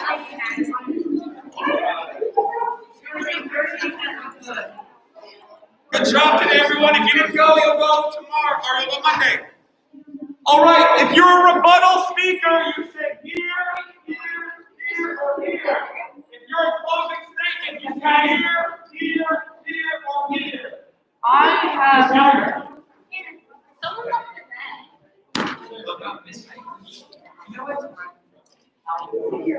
I'm going to close these over again. First with 3 and 4 games. Okay. Openings you can sit wherever you want. Closings in these 4 tables. Rebuttals on those 4 tables. Mr. Kerr. I literally am probably not already rebuttal. Hey, if you come over here, Brayden, what is your topic? So you're the first one up. Are you a rebuttalist? So you're going to be a pretty quick. Live stream's already up. All right, here we go. We have no transition time today. If you do not go today as a closing, you get pushed to Monday. We got all the first hour. We did not get through all the second hour. And that was because there was too much time in between vote now, yes. Meaning, if there's anyone that didn't dress up for a closing, or actually opposite, if you did dress up for your closing, and you might get pushed, we'll let you go first if you don't want to dress up for your closing. That makes sense. Are all of you closing statements? I am. 1, 2, 3, 4, 6. These are more people. I am. You're my other. Okay. You are my other closers. I don't count as today. Not today, so we're missing one then. So who are we missing for a closing? Landry. Landry will be two. Ellison, that's right. We're quite out. Cool. Do I need to share it with you? Yeah. All right, let's get capital punishment up here. Clap, clap, clap. Can I go to the bathroom real quick? Go quick. Capital punishment affirmative. It's gonna go affirmative rebuttal first and then negative rebuttal. That's how we'll do that. We gotta do this later, kiddo. I gotta go. Okay. Oh, there it is. There it is. All right. All right. Rebuttals. Yada yada yada. It will be in the office. Does this printer work yet? Do we know? I don't think it does. It'll be in the office. You'll have to ask. Okay. Okay. You just want me to go down there. Go for it. Go for it. Tell them it's in the back office. I got another thing shared with me. So is there more than one document? 3 documents I'm printing. Okay. If you can in the future, please don't come to a speech and ask me to print your things the day of a speech. If you could avoid that, that'd be amazing.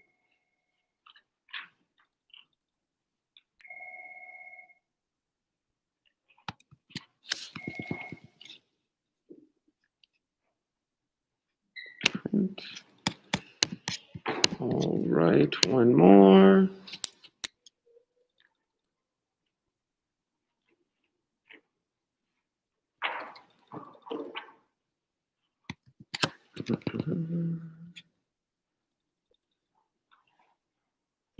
All right. All right. So I know we gave feedback yesterday. We're gonna have to just skip that if you're cool with that. Also, if you remember, I was getting pictures yesterday. We'll have to do that during passing time. If you want a picture of yourself with the cool proposition behind you, we'll get that during passing. Just stay for that. Okay. And you need to let me know also if you're gonna step in front of the podium because I'm gonna move this back. So you're staying behind the podium. Cool. It will be rare. You're not expected to come away from the podium. All right, claps for Brennan! My opponent says crime rates will drop because of the death penalty. But we disagree. If their crime was so bad that they were up for capital punishment, they won't be scared of death. And according to the New York Times, it fails to deter crime anyways. 106 other countries have already abolished the death penalty. In all of those countries, in the last 30 years, all of them have had less crime than in countries that have the death penalty. China, Iran, Saudi Arabia, Iraq, and Egypt are the 5 leading nations in executions, combining for a total of 657 executions, but excluding China because that data is not disclosed for us. Nearly all first world nations besides us and Japan and a few others have already abolished the death penalty. So why shouldn't we? Therefore, the death penalty doesn't prevent crime. If anything, it increases it. So I keep going. It's still up to you. You have this. You go to your turn. Okay. Do I go to my next rebuttal now? Yeah. So normally you have 3 rebuttals. They did the 3 rebuttals from the opening. My opponent says there's a risk of self-harm in jail. But if anything, that's what they want. They were the ones that wanted them on death row in the first place. So why should they care if they commit suicide in prison? But for our side, that's a very sore subject and something we need to fix, which is why every prison should have enough SCTs for each prisoner. What is an SCT, you might ask? It stands for Safer Custody Team, and they are essential for every prison. And here's why. They have 4 main jobs. They have a personal officer whose job is basically like a counselor, to listen to them and be somewhere they can talk to. The next are listeners. They are a group of hand-picked people by Samaritans that will be trained and then sent out into the prison to help them. But they are also prisoners, which makes it easier for some prisoners to talk to instead of some random government official. It's one of their peers. The next are insiders. They are there for you in the beginning of your prison journey to kind of show you the ropes and tell you what's going on and reassure you of your doubts. And lastly are the Samaritans. Like I've already said before, they are the ones that train the listeners that go out and help others. Therefore showing that there are many ways to prevent suicide, but why should they care? They're the ones who want them dead in the first place. My opponent says, while in prison, they can still get others to do their evil deeds. But we disagree. This isn't the movies. They're not running some massive mafia criminal enterprise. Most of them are just a simple a simple murder. Now, no murder is just simple. It's terrible in every way. But they're not running a massive enterprise. And even if they were in a group of people, there's no way they could get any connection to them, for they have very limited connections to the outside world. And even when they do, it's very limited and monitored. So, therefore, they won't be leading any crime, even if they had a group of people with them. Good job, my man. We're going to skip close if you give it to them individually, just because we need to get going. So next speaker, come on up. Very good job, man. Very good job. Look at this, Mrs. Wank. I'm sanitizing. Look at this live stream. We've got mitigation strategies going on. All right. Claps for Addie. Claps for Addie. Go Addie. And a hush falls over the crowd, Seth. And a hush falls over the crowd. My opponent says that there are still innocents who are put upon death penalty.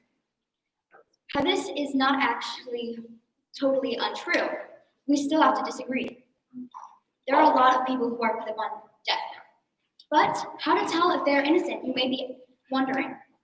Well, over the centuries or even decades of humankind, we have found many technological advancements and even psychological to find guilty and innocent people. The University of Michigan Law Professor Samuel Gross has led a team of experts and collected data from multiple occasions to prove that there are at least 4% of innocents who are executed. But according to Criminal Justice Project, NAACP, 2,620 people are put on death row. Just that was the beginning of January 1st, 2020.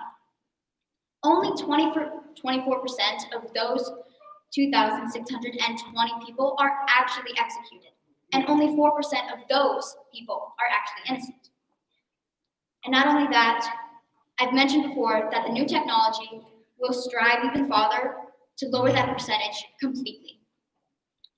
FBI have also found many new tactics and ways to prove innocent from guilty.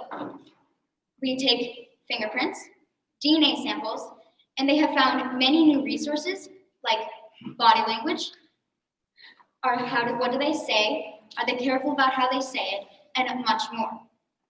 And therefore, that is why capital punishment still needs to exist, to protect the innocents, while that percentage will completely go down one day. But it also still needs to do its job with keeping our family and friends and loved ones safe. Now, my opponent says that capital punishment is biased and racist towards people. My main question to you is, did they commit the crime? If they are guilty of an unspeakable crime, then why do they deserve to have a second chance? Does it matter their race? Does it matter what sex they are? It shouldn't, because they are guilty of a crime that is evil. Now, according to Death Penalty Information Center, the major number of executed are white, which is 509. But also the victim, 653 people, the majority is also white. Now you may be thinking, well, that's still racist towards whites.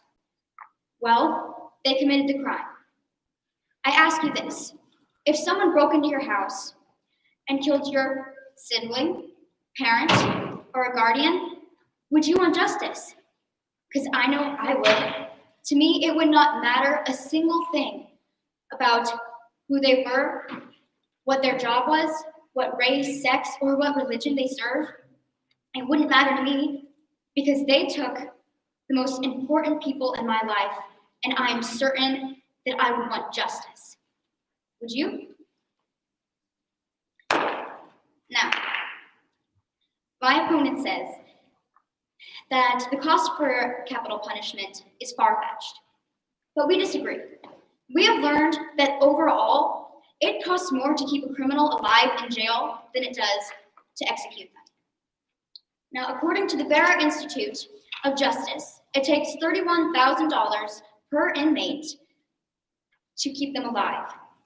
Some states have even raised that to $60,000 just for the living conditions, food, health, and much more just to keep a criminal alive, or even a mass murder. Now, have you heard of Kermit Alexander?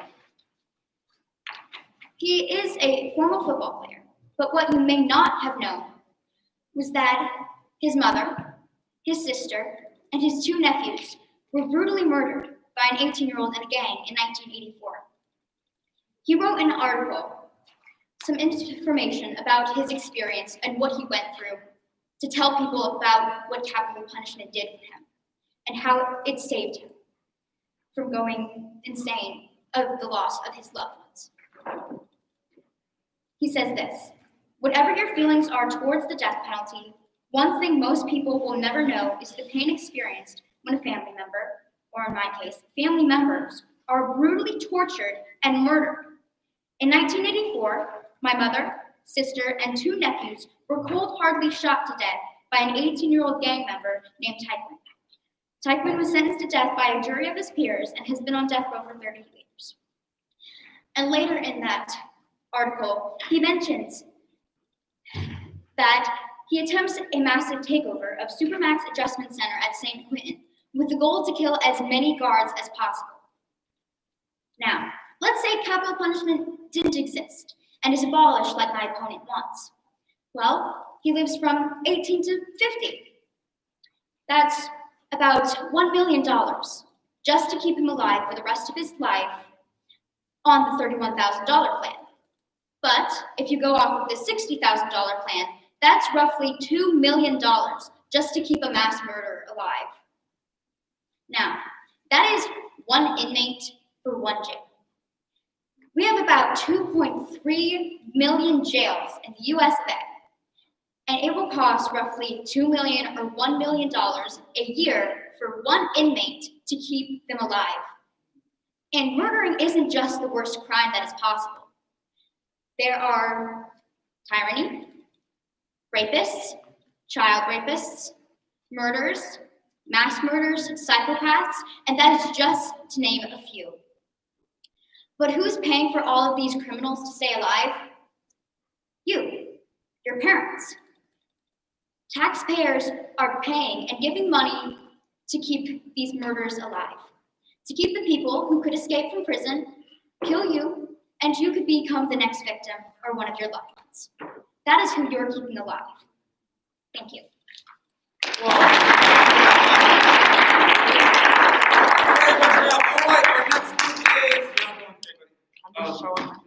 Okay, go real quick. Teachers and Marquee will be allowed to carry firearms. Let's get affirmative speakers up.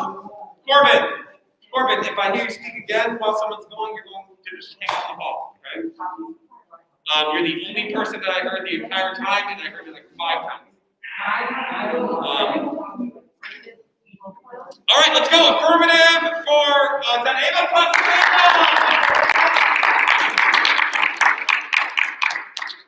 Mr. Kerr, do you want me to read all 3? Yeah, well, are they the 3 that they said yesterday? Is it based off what they said yesterday? Read off all 3. Want to go with that? Okay. Let's do that. Cool. There is no reason that we shouldn't arm teachers. Some people say that arming teachers would create many money problems, but we would actually be saving money. According to Ducksters.com, schools average to pay $50,000 per year every 1 to 3 bodyguards. Now, $50,000 is a lot of money to be putting into bodyguards when we could just arm staff. It might sound a little crazy, but think about it. What is the difference between having bodyguards and arming staff? Teachers with the proper training would average out to about $30,000 per year. The training programs would be implemented into the teachers' work schedules. For example, when teachers have teacher work days, they would go to their meetings and then they would go to training. Another example is before kids start school again, teachers tend to go into their classrooms 2 to 3 weeks early. That is another time that they could do training. They could also do possible online training. Arming teachers would average, oops, I already said that, sorry. This is because You're gonna just slow yourself down. Okay, schools wouldn't have to pay as much if we partnered with the police station or sheriff's office. This is because teachers were able to join ongoing classes, and then schools wouldn't have to pay for extra time at gun ranges or other class time. Schools that have gone through the process of arming teachers with a police station or a sheriff's office have had an 87% shooting average, and that's according to ProQuest.com. This is why schools should arm teachers. You want me to go my second one? Your call, kiddo. I like the idea though. Okay. People say that arming teachers would not help minimize the death rate per year. I disagree, because arming teachers will give us a fighting chance in a situation where someone were to break in and start shooting up a school. Closing and locking the door won't stop a bullet. Would you take the risk of your child or family member going to school and they get stuck in a situation that they can't get out of because their teacher can't help them? No, you shouldn't have to worry about something like that. This is why teachers being armed would make people feel safer. I know it would make me feel safer. There have been no reported cases of a teacher going rogue on a student or another teacher. That's according to ProQuest.com. Teachers being armed during an active shooting would stop shooters from harming students and staff. This is how teachers being armed will help minimize the death rate per year. My opponent says if that we arm teachers, a gun can get in the wrong hands. But guns are already in the wrong hands. That's why we want to arm teachers, to help save the innocent. People say, well, what if someone tries to take the gun away from the teacher? Well, partnering with a police station or sheriff's office will train teachers how to keep their gun on themselves without someone being able to take it off of them. This is called weapon retention. Teachers know not to keep their guns on them at certain times. They would be able to carry at work, but they can't carry into a school or another school. This is because they would only have a professional permit. This means that they would be able to carry at their workplace. That's it.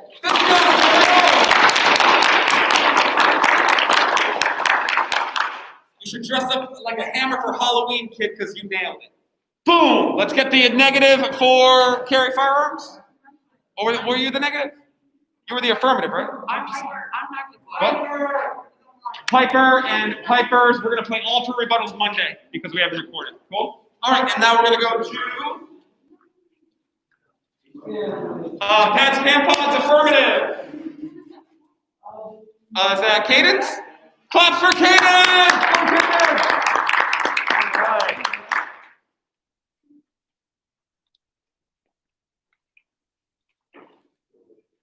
Tampons and pads should be free because toilet paper and soap is free in public restrooms and is essential need to stay clean. Feminine products are also essential and required for women to stay clean. You might say that pads and tampons cost money to make. Well, soap and toilet paper cost money as well, and restrooms supply soap and toilet paper for free. Women spend on average $300+ on pads and tampons, but wait, that's not even the half of it. Most women spend money on birth control and medicine to make menstrual cramps not as painful. Every year we spend $40+ on over-the-counter medicine. In 20 years, you would have already spent $800 on just over-the-counter medicine. If pads and tampons were ever to become free, you might say that it's unfair for men to pay taxes on products, but women have to pay for razors, shaving cream, plus more. Men don't have to spend money on products like condoms that are supplied in public restrooms. Girls our age shouldn't have to spend their allowance on pads and tampons when a period isn't our choice. Good job, kids! All right, the negative rebuttal for pads and tampons. It's Matt. Oh, it's me. Okay, shoot. What? Real quick. I'm gonna go last on rebuttal so we get through everyone. Think of what the argument you want me to refute. Who's your other partner? Same thing. Think of the argument you want me to refute or prove wrong. All right, affirmative for cell phones will be banned. What? Who is the affirmative rebuttalist? Who is it? Tamar's gone today, I think. That's okay. He definitely playing that, bro. Who's the negative for cell phones will be banned? I think we are negative. Who's the rebuttalist? We want to keep them. Nick was doing it. Who was doing it? Oh, Nick was doing the rebuttals? We're just gonna skip this and go to all the speeches that we have prepped. So let's go back to closings then. Yeah, I'm close. Closing affirmative for capital punishment. All right. Okay, so you have numbers for.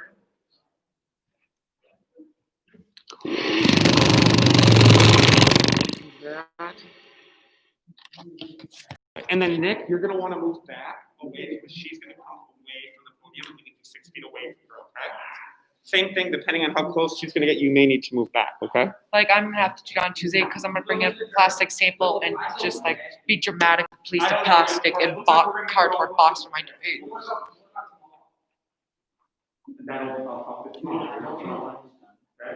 All right, claps for Alexis.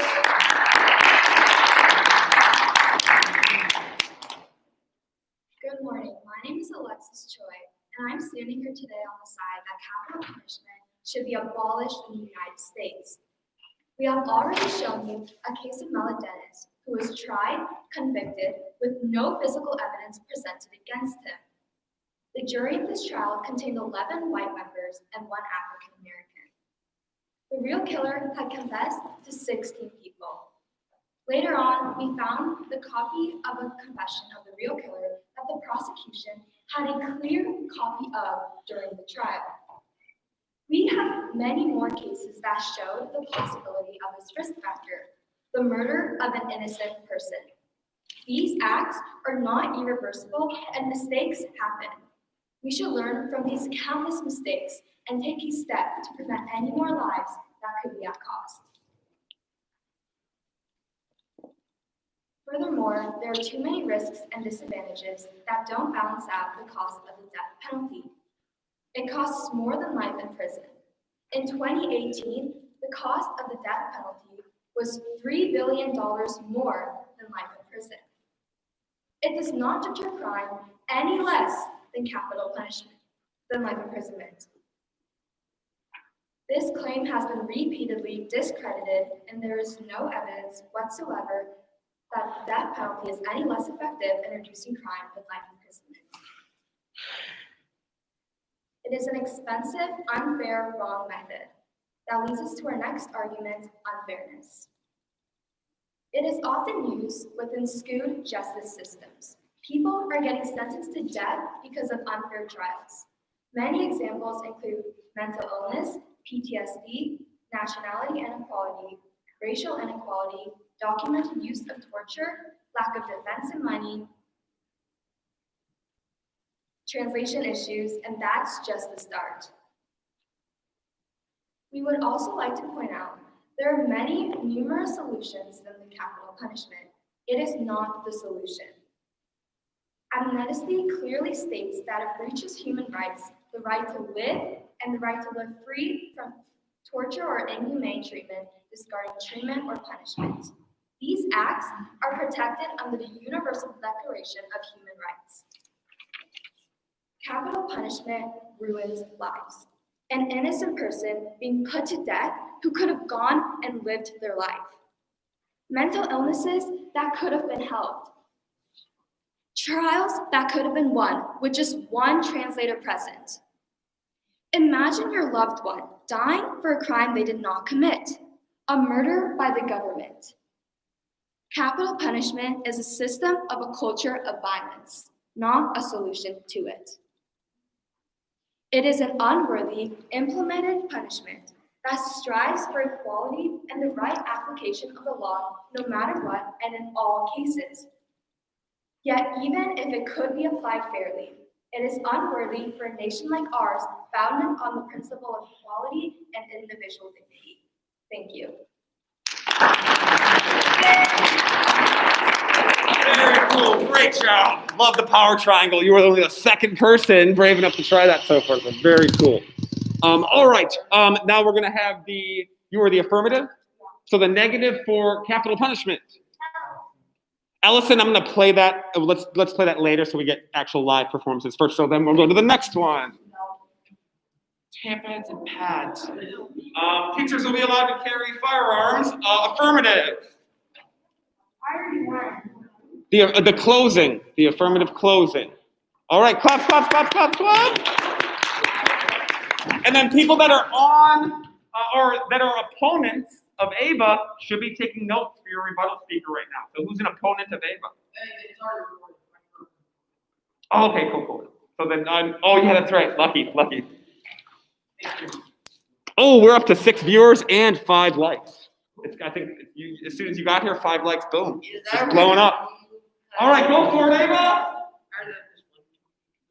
Since my fellow debaters are against if we should have our school teachers armed and have it allowed on school property, I just might be able to change their opinion on this debate. We've already talked about how with our teachers armed, it gives them the right to live and protect others, it lowers the death rate per year, plus it saves our money. But to close this debate off, I'm going to talk about how with our teachers armed, it can help stop school shootings. President Donald Trump said that no child, teacher, or anyone else should ever feel unsafe in an American school. Okay, well, since school is so important, shouldn't we find a way to raise our force of protection, like arming our teachers? Imagine being in a school and all of a sudden a school shooter comes and you have no way to protect yourself. Well, there will be a solution if we arm our teachers. They have the right to be armed to protect everyone in a school. Parents are worrying every single day once they see their child walk out the door just to go to school. And to be honest, we need them to not be worried. They need to know that we're safe here. According to CBS News, by the end of 2019, there were 417 mass shootings in the U.S., according to data from the nonprofit Gun Violence Archive, or GVA, which tracks every mass shooting in the country. 31 of those shootings were mass murders. Over 400 mass shootings happened in just the year 2019 in the U.S. This just proves that schools are starting to get more and more dangerous every single day. And we need a solution for this, right? Arming teachers is the best solution we can think of. Granted, there will still be some tragedies. For example, then in a flash, according to CNN, according in a flash of violence, the 20 bright smiles were snuffed out forever in a rampage at Sandy Hook Elementary that haunts the nation to this day. Also, still on that chilly Friday, just 11 days before Christmas, were 6 adults felled by the same gunmen as they refused to abandon their scared trust to safeguard the smallest among them. These people sacrificed their lives just to protect these students. It was their jobs to protect them, and they just put their life on the line for them. And if I'm being 100% honest, we kind of need more people like that, except armed, so that they have their own form of protection. So in the end, teachers should be armed for the protection of everyone. And we shouldn't just be allowed in the school and then immediately feel endangered right when we're in the building. So it's not just my right, but it's all of our rights as students to say that we should have our teachers armed for the protection of us and the staff member.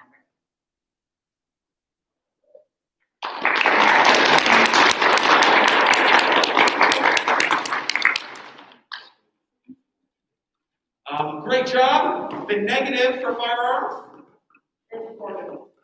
is who? Okay, come on up. Oh, you recorded. Shoot, sorry. Let's do that last. So we do the live. Let's do all the live performances first, if that's cool. And I did get yours, so we'll get that. Tampons free of charge, affirmative.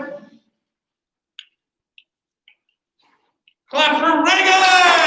Okay, Reagan!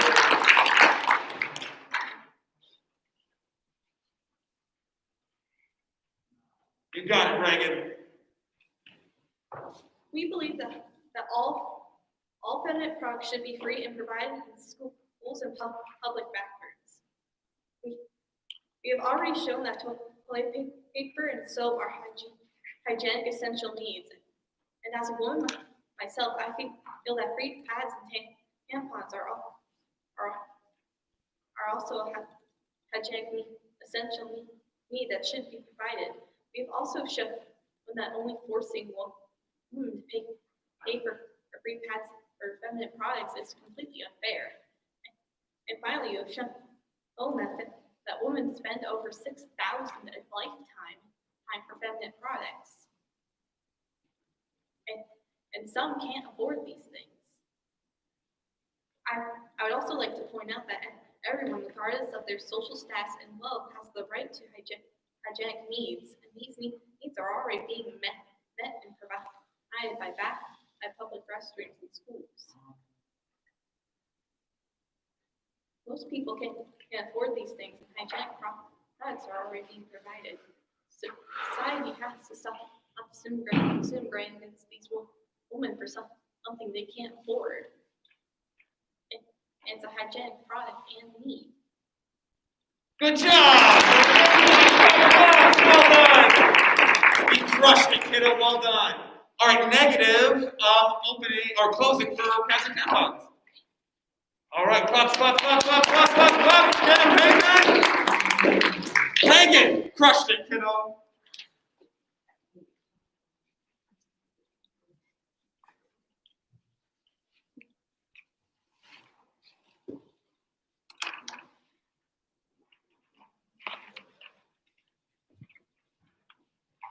Tampons should not be free. Tampons were free. You could walk into a store and simply get over 100 for free, no charge. We can walk into a regular grocery store, get a face mask for free. If you walk out of the store, you can keep it. And you see face masks all over the ground. Tampons were free. What would stop that? This makes no sense. They would need to put price back on tampons to control the price. Tampons are an essential product for women. Even if they got tax money to pay for tampons, they would still be paying for them, just in a different way. Tampons should not be free. It's just crazy why people think that they should be free. The same float tampon is around 25 cents. 25 cents. Is that much money? 36 tampons, a pack of 36, $6. You don't need that many of those to last you a year. The average woman uses 240 tampons a year. Is that many? $6, 36. Multiply that a few times, you've got 240. Just leave tampons the same price. There's no need to change them. Good job, my man. Good job. All right, cell phone closing for cell phones. Who's the affirmative? Oh, do you agree or disagree with that statement? You agree. Agree? Landry, clap for Landry. No, we want to keep on this. Me and Landry are the same group. Oh, it's you. Oh, it's Corbin's up there now? All right, claps for Corbin. Claps for Corbin.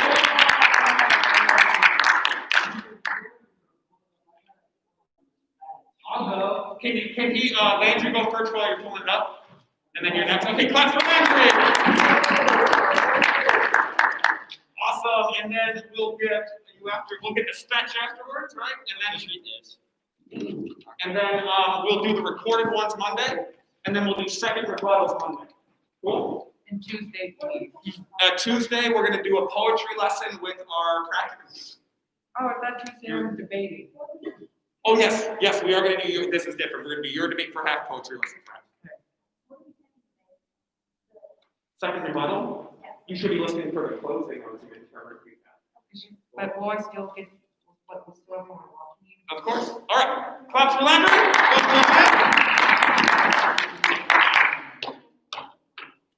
Oh, we have already shown that cell phones provide a good learning resource in classrooms. They're good, quickly, easy to help with spelling, grammar, and researching things. This gives families peace of mind, able to contact their kids in case of emergency, just like fires or tornadoes or really bad storms. Finally, we have proven that cell phones are not effective. We would also like to point out that having cell phones in schools prepares students for the real world. In the real world, there are cell phones and distractions we have to get people ready and learn to manage, so we have to handle technology in college or at a job. In school, you could learn about how to manage your phone or to do what distractions. This is why we should have phones in school. That's kind of it. Good job, my man. Well done. Loud, strong voice. You can get into speech team if you want to. I'll pass. Put in the work. All right, Corbin, claps for Corbin.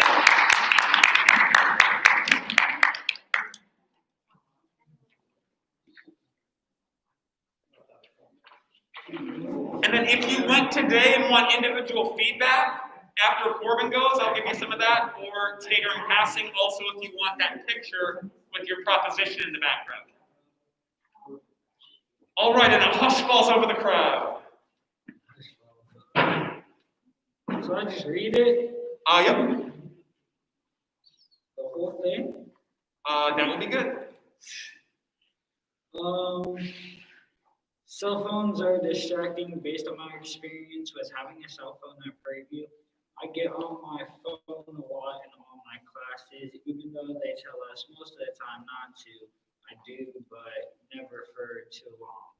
I always just open it to see who's been texting me or who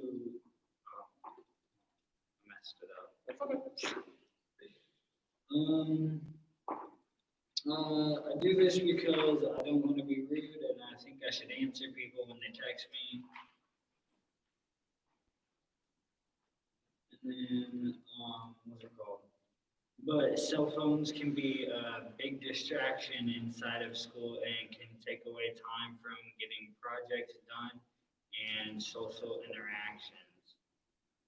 Most people spend more than 2 to 7 hours on their phone during school time. And that's all I had because I didn't finish it. Clap for Corbin. Good job for all my speakers today. Come on up if you want feedback if you spoke today. And then if you did not go, is that everybody for closing, right? That's everyone, right? Besides, we'll play one. Actually, I think I can play one now. We can get this in. Let's get it in. I'm gonna get this one in right now. Oh wait, this is not my computer. What am I doing? All right, who is going against you? What's your topic? Me, I went against 13. Come on over if you're going against, because we need to get Ava. We're gonna take a look. I cannot get it projected because the speaker didn't play it loud enough. So I'm gonna play it from here. And then you shared it via Google?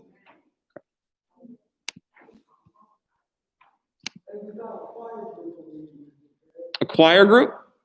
Nice.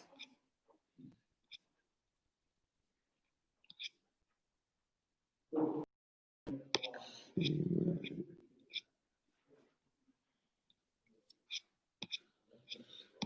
you remember what it was titled?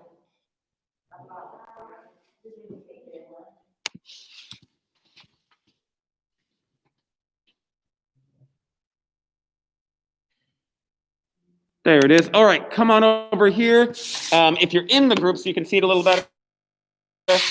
Otherwise, sorry, I can't get it more projected than this. And then please try and be quiet. Educators are not fit to be armed in schools. We've already shown. Oh, you know what? I got an idea.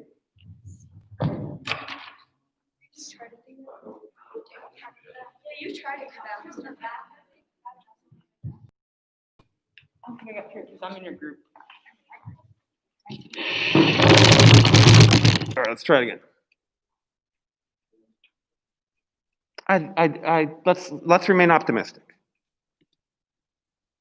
teachers are untrained and incapable of using a gun. The more guns there are, the more danger students and teachers are in. There are even alternative options for making schools safer rather than adding more firearms. Earlier, you heard that trained New York police officers often miss their targets, and that simulations good Samaritans often make bad or wrong decisions, not accomplishing anything. We'd also like to point out that guns can be harmful in high-stress situations, and the effect can be deadly. A Johns Hopkins analysis published in March, citing dozens of law enforcement experts, suggests in the high-stress moment of teachers fail to stop threats, the consequences of a teacher pulling a gun can be disastrous. How are teachers supposed to react to a shooting if a trained professional can't stop a threat? Students should not have to come to school every day fearing that they are in danger. They come to school every day possibly viewing their own teacher as a threat. As much as students are in danger, students' parents should not have to worry that their children might not come back from school with a chance that they are accidentally by a teacher. Clappy, clappies, good job. She performed it really well. It was memorized. She was looking up the whole time. Did you hear her? Can you just feed? What was your new argument? Yeah. The new argument in the closing. What was it? I'm just going to give it to them. What was your reason? Because they're untrained. So her argument mainly was that they're untrained. No, I know, I can hear it. Cool. Okay. All right. If you went today, come on up and get feedback. Otherwise, we're going to get. I'll put Allison's. Oh wait, who's going against Allison? I can send you her video if you want that for the weekend. Stay here so you can remind me to do that. If you want today, come up. I'll get you. Are you going to do? I'll play hers on Monday. I'm gonna play all of hers on Monday. Cool. All right. So very good job. I loved that. I think speaking is your strength. You should get into speech team maybe or something like that. Okay. So that was really good. Cadence, you can kind of have a timid voice in class, but you came up here and really projected and sounded really professional. Ava, super memorized, super kind of gesturing, tell a lot of eye contact, and you're also not super loud in the classroom, but did a great job here. Reagan, so proud of you, kiddo. So well done. You got up there, tons of eye contact, really well practiced. Alexis, amazing job with the power triangle. Super professional. Felt like I was in like a courtroom. So get into some speaking roles if you want to do that later in life, or even in ninth grade. There's speech and debate team. Crushed yours as well. There is speech and debate team in ninth grade. You should try it out. I didn't know that. And mock trial, yep. I thought you did a great job kind of setting the tone. We're getting up there, and you were very thorough with your rebuttals. Very lengthy, both of you actually. It wasn't just like, oh, I'm going to try maybe do the minimum here. Your rebuttals were longer than several openings. So I thought that both of you did a great job of using a ton of information in your rebuttals. A bunch of people are like, here's one fact or here's one whatever, but you tried to weave ethos, pathos, and logos into every one of your rebuttals. It was awesome. The way you presented was great. If you want to do speech stuff or mock trial, I think you both would be great at it. Huh? And then we need to get to Allison's rebuttal or Allison's opening or closing. And so let's find that for you real quick. I think it's right here. Only have to rebut hers, or can I You can rebut the rebuttal too. Okay, good. Is that what you're thinking? I'm going to share it with you. And then do you want me to share with anyone besides you? Anyone else in your group? Do you want him to share it to you as well? Do you want to see the closing at all? It's fine. Okay. Hers is insane. We'll just send it to Braden. Cool. So you should be able to watch it. All right. Thank you, Mr. Can I get a picture? Yes, absolutely. What was your proposition? Capital punishment should be abolished. Okay. In 50 states. One second.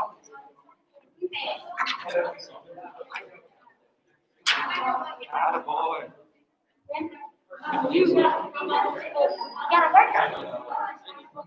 Mr. Carr. Closing. Rebuttals first, then closing. All right, can I get away from here so I can get a picture of Alexis? Do you want it behind the podium, in front of it? What do you want? In front of it, okay. Do you want to pretend like you're speaking? Up to you, okay? So, hey, can we get out of the frame here? Perfect. And you just pretend like you're addressing, or it can be just a regular picture, totally up to you. I'll take a few. And then how do you want me to get, do you have airdrop or anything? Or let's do it that way? Then you can see that stuff. Right. All right, can I get rebuttals, closing. So there should be 8 closers, 8 rebuttals there. If you're in opening, sit wherever you want. Somebody left the note cards. Oh, can you just leave them somewhere in case they're probably done with them, but maybe not? Well, I'm airdropping it to you, so you just need to open your airdrop. Slide up. Morgan, do you have your rebuttal? Or is it up? What? The rebuttal. I'm doing it Monday. From there. Oh. How do you get to your all your settings? Okay, then go to.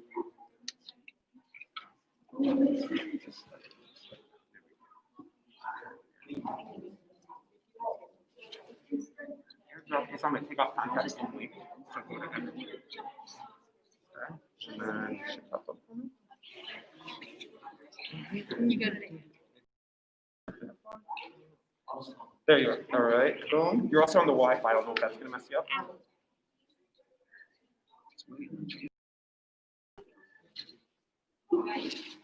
And I want, is there? Yep, so accept that. You should get cool. Perfect. All right, great job today. Good job, good job. If your teacher doesn't trust you, just email me. Cool. All right. Hey, here's what we're doing today. We are going to go through the 8 rebuttals, and then we're going to go through the closing. Okay, for the rebuttals, we're just going to have only the speaker go up there just to save transition time because we have 16 speakers today. Tons of people. We're going to save feedback for the very end to save time. Also, did you see the photo dump I did on Instagram? Yes. I'm not doing that today. That was very tedious. So if you want your picture taken, Alexis, I can get it to you at the end there and airdrop it to you or something. If you want a picture of yourself with the proposition in the background of that. Yeah. It's totally up to you, but here's what we would normally, I shouldn't say normally, here's what some have chosen to do. There were 3 arguments in the opening, right? So hopefully I come up and go, my opponent says, but we disagree because they're for. My opponent also says, but we disagree because they're for. Also my opponent said, but we disagree because they're for. You'd hopefully have one for each of those 3. You'd be listening for the closing today with your teammates. There should be one new argument that you'll have ready for Monday.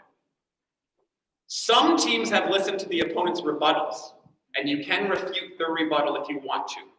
That makes no sense to you, do not worry about it. Cool? All right, anybody stepping away from the podium today? I just need to know because it'll have to be a different distance for the live stream. All right, and so let me get this going. Give me like 2 seconds. Oh man, we're up to 6 likes. We're pretty balmy.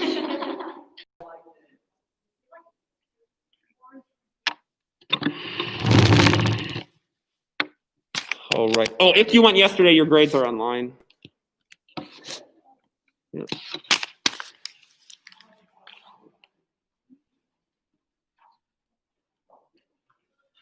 All right, so we're going to go same order as yesterday, and we're going to go affirmative rebuttal first. On Monday, we'll go negative first, affirmative second. Sure. You can go over here.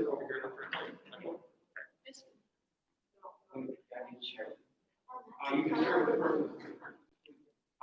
This is not my computer, and also I'm on live streaming and on my hotspot. All right, taxpayer-funded health care will be provided for all U.S. citizens. Who's the affirmative? All right.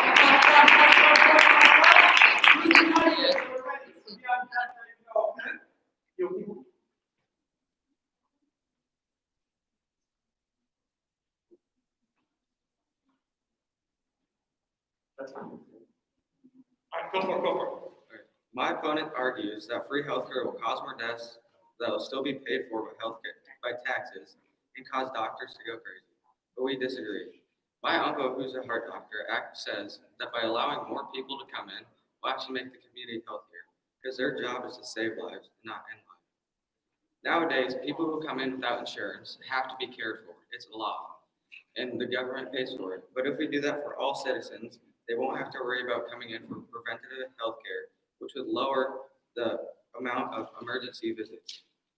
For example, Boston, Massachusetts in the early 2000s provided free health care to all citizens and actually saved 320 more lives than they did without free health care. Last but not least, doctors that work for the hospital would not be affected, only doctors that work for private practice.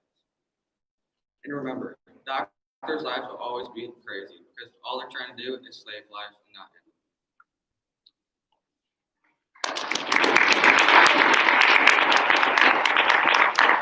All right, and yeah, when you're done, because there's a lot of dramatic pause, just walk away from the podium, because then we'll know for sure. I did have somebody start clapping, and then they kept talking the third hour, so he thought they were done. So yeah, just walk away, and then we'll start clapping for you. Cool? All right, good job, Evan.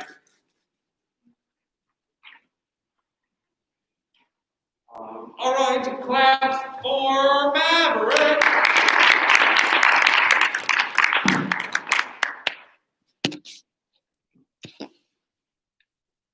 My opponent states that life expectancy in America is worse than many other countries. True is not because of healthcare, it's because of the culture. The main leading cause of preventable death in the US is heart disease. Heart disease is directly linked to obesity and genetics. Obesity is not something the doctor can just cure. It is up to the patient to take the steps they need in order to get better. Many people in America do not see anything wrong with being overweight and encourage it. Furthermore, my opponent addresses taxes and how they are burdening Americans, correct?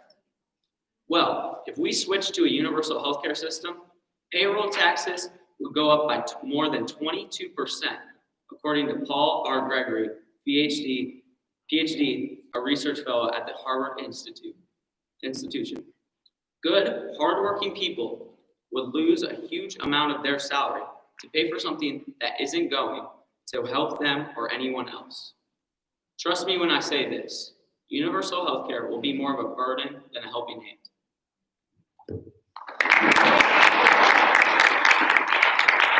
And I do want to recognize Evan, who just gave a rebuttal in a group of two, so he's doing some extra work there, so I appreciate that. All right, let's go to homework will be banned. Who's the affirmative rebuttal? All right, here we go.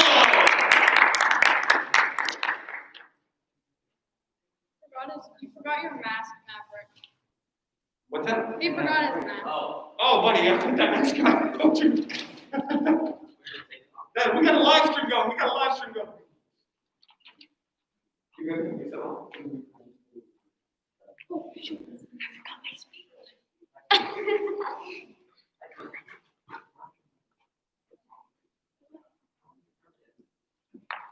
Grace said we were. All right, claps for Lexi. Yeah. What's wrong? What? It doesn't matter, that's okay. Okay. Who's your opponent? You'll go next, okay. My opponent says homework is taking students' lives away, but we disagree. Homework is improving students' test grades all over the country. A 2009 study stated that students with homework showed much better scores than students who didn't have homework. This makes total sense. Students with homework are getting the material and content run through their head many more times than students who don't have homework. Therefore, homework is benefiting students and improving their scores. My opponent also says that homework is taking away from family time. But we disagree. Homework is family time. Homework is allowing the students a chance to share with their parents what they're learning at school. The article Does Homework Work? States that homework can provide an opportunity for parents to work with their children and demonstrate interest in what students do at school. Parents want to be part of their children's education and want to see what their children do at school. Homework is family time, and it's instructed for parents to work one-on-one with their children. My opponent also said in their opening statement that students are having lots of stress because of homework, especially at older ages when they're trying to balance a job and school. That is exactly why we are wanting homework. Demonstrating homework is helping them develop time management skills, which will come in handy when you are older and you have to balance multiple things at once. Their third argument was that too young of kids are getting too much homework. Homework is allowing students one-on-one time, which they do not get in class. There is one teacher and 30 students. There is no way that every single student for every single subject is getting quality one-on-one time. The article Improved Quality of Homework Given to Students states that many parents are complaining that their children are receiving too much homework at too young of an age. They said that they need students to think for themselves, and that's exactly what homework is providing. It's providing instructed time for students to apply what they learned in class outside of school to the real world. Therefore, homework given to students is given time for students to apply what they learned in class to the real world.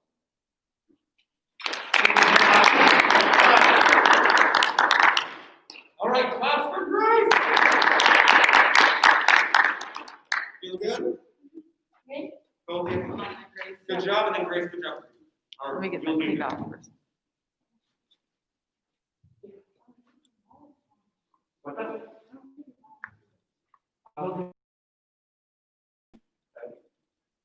All right,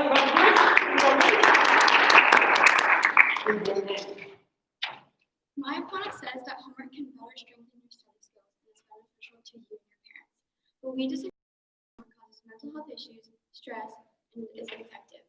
Because the Stanford article said that kids and teens who spend more than 3 hours of their time doing homework can have an increasement in mental health issues, stress, and imbalancement in their lives. Ms. Finlay said that she thinks that you should practice, but you shouldn't be sent home with stuff that you don't know what to do. Therefore, homework is ineffective if you don't know what you're doing, and it causes mental health issues and stress.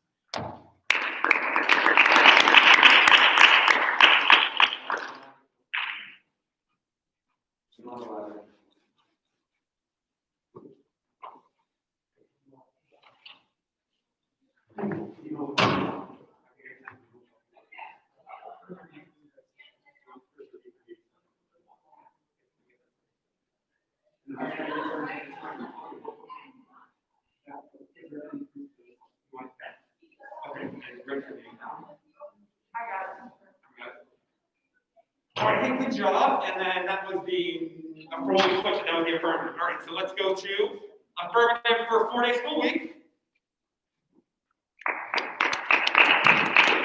Who's got 4-day school week? Oh, yeah, so that's going to be Morgan. She's going to go Monday, meaning you're the negative first 4-day school week. So you're going to go Jance. We're at Jance go.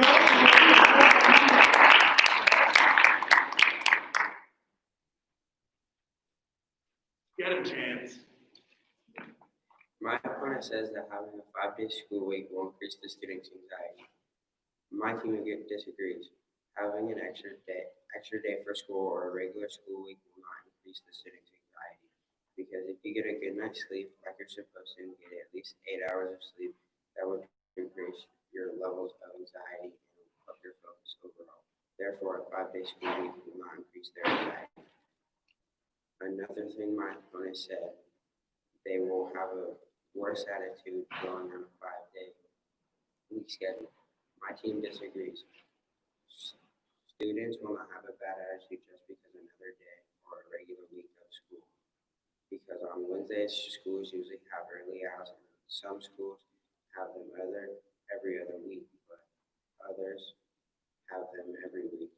And if you have an early out and you get off early, 2 hours early, it'll make your attitude just better overall. Therefore, students will not have bad attitude going on a 5-day school week.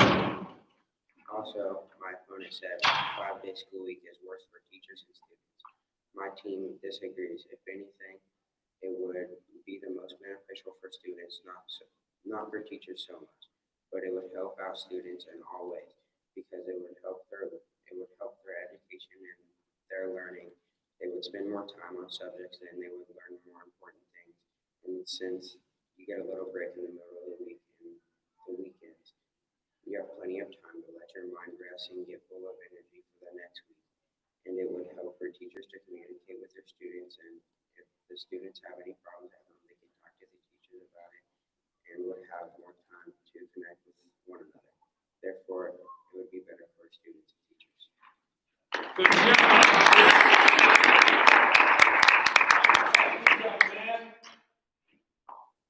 All right, what can we offer hybrid learning? The affirmative rebuttal.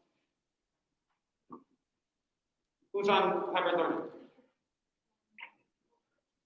And that's Jamal. Is affirmative is the negative then?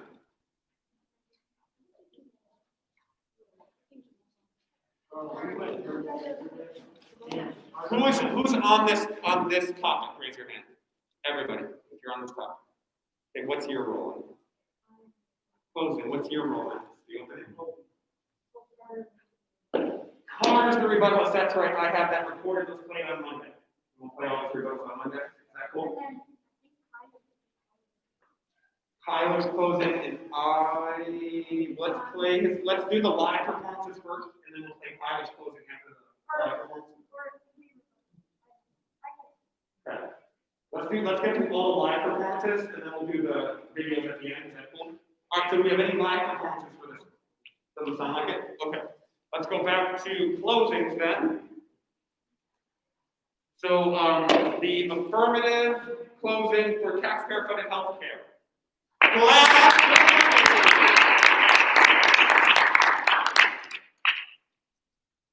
Taxpayer-funded healthcare should be provided to all American citizens.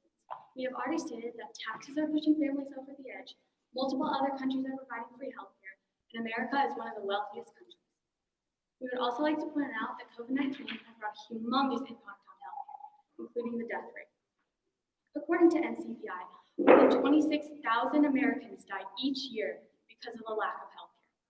Imagine if one of those people was your mom, or your dad, your brother, your sister, your best friend, your coworker, your parents, or anyone you care about in your life. For every 1,000 people who died in the United States before the age of 75, 112 died from complications or conditions that could have been avoided with timely and effective care. 112. 112 for every 1,000 lives could have been saved if we provided free healthcare. But it's not just deaths that we should worry about. Over 25 million people have lost their employer-sponsored health insurance due to the economic recession, according to the Urban Institute. If we don't stand up and make a change, this problem will only get worse. COVID-19 did not help us in any way possible. In the US, 281,253 people have died and counting, according to the CDC. Peyton Phillips was almost one of them. He had to be hospitalized for 6 weeks because he has diabetes and then got COVID. Diabetes is a non-infectious disease that deals with blood sugar. He owes $14,000 in medical bills. How could we do this to a human being? Our lives are not something to spare. Peyton is a husband, a son, a brother. We put him through this torture because he doesn't have health insurance. Peyton pushes the US to get a universal healthcare system. In Canada, one of the multiple countries that does provide free healthcare, states that it is a good option. For every million people, 282 people died in Canada. In the US, 722, according to Al Jazeera, a Middle East newscast. Help people like Peyton and provide free healthcare. This is a problem that will not go away unless we do something about it. Help others' lives, not only yourselves.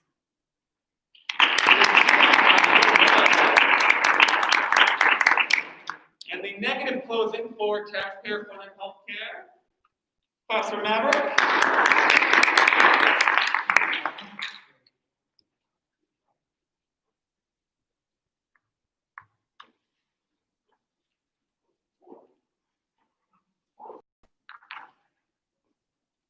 Universal health care will not work in America. We have already shown that 1, it spikes payroll taxes by more than 20%. 2, money could be better spent. The amount of money we are willing to spend could be used for so much more good across a wider spectrum. 3, the system is just. It sounds like a good idea when you have free health care for all. Look it out on paper, it doesn't make sense. Before my opponent tells you I'm wrong, I just want to put one more thought in your head. Medical care and services would worsen, and that is a fact. According to Britannica, the wait times in Canada, who use universal health care, are so appalling that 1,040,791 patients who waited for medical treatment lost an average of $1,822 time loss. Now, for some people, that may not seem like a lot, but that could be the difference between sleeping in a nice, luxurious home and sleeping out on the dark, cold streets. These wait times can be terrible for more serious medical treatments, like cancer treatments. Britannica also states that the cancer survival rate in the US is an amazing 67%. but in Canada it is only 60%. And in the UK it is only 54%, both of which are considered some of the best universal healthcare systems in the world. And yet they don't even stack up compared to ours. I have an aunt with breast cancer. It's been one of the toughest things to see her struggle through every day, feeling worse than the last. The doctors caught the cancer fairly early. If we had a universal healthcare system and they caught it later, I can't imagine how much worse she would be. She has a husband and 2 kids. It would be the toughest thing for them to have to lose her. Furthermore, Harvard EDU confirms that lengthier wait times would decrease the quality of care under a universal healthcare system. Harvard EDU also has proven that the quality of services and care would plummet because too many people are trying to use services they don't need. People would be coming in for every scrape, cut, and bruise. For example, take COVID-19, some of the biggest news right now. COVID-19 has already overrun many hospitals. If we had a universal healthcare system, it'd be nearly impossible to get in for treatment. I had COVID-19 and it was horrendous. The headaches, the cough, the fever. I can't imagine being a single mother, a single father, a young kid, or an elderly person, waiting for medical attention, fearing for your life, grasping onto that little hope that you'll be able to go home and see your family. I just have one more question to ask you. Do you still want universal health care?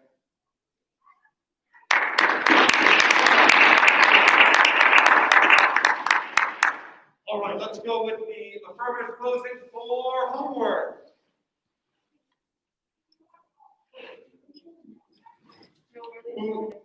Who agrees with that statement?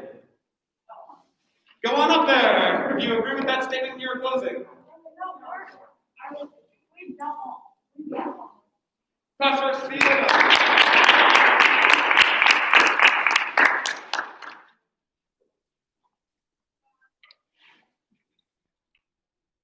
Homework should be banned. We have already shown that homework limits family and social time, affects mental health, and it is not really effective.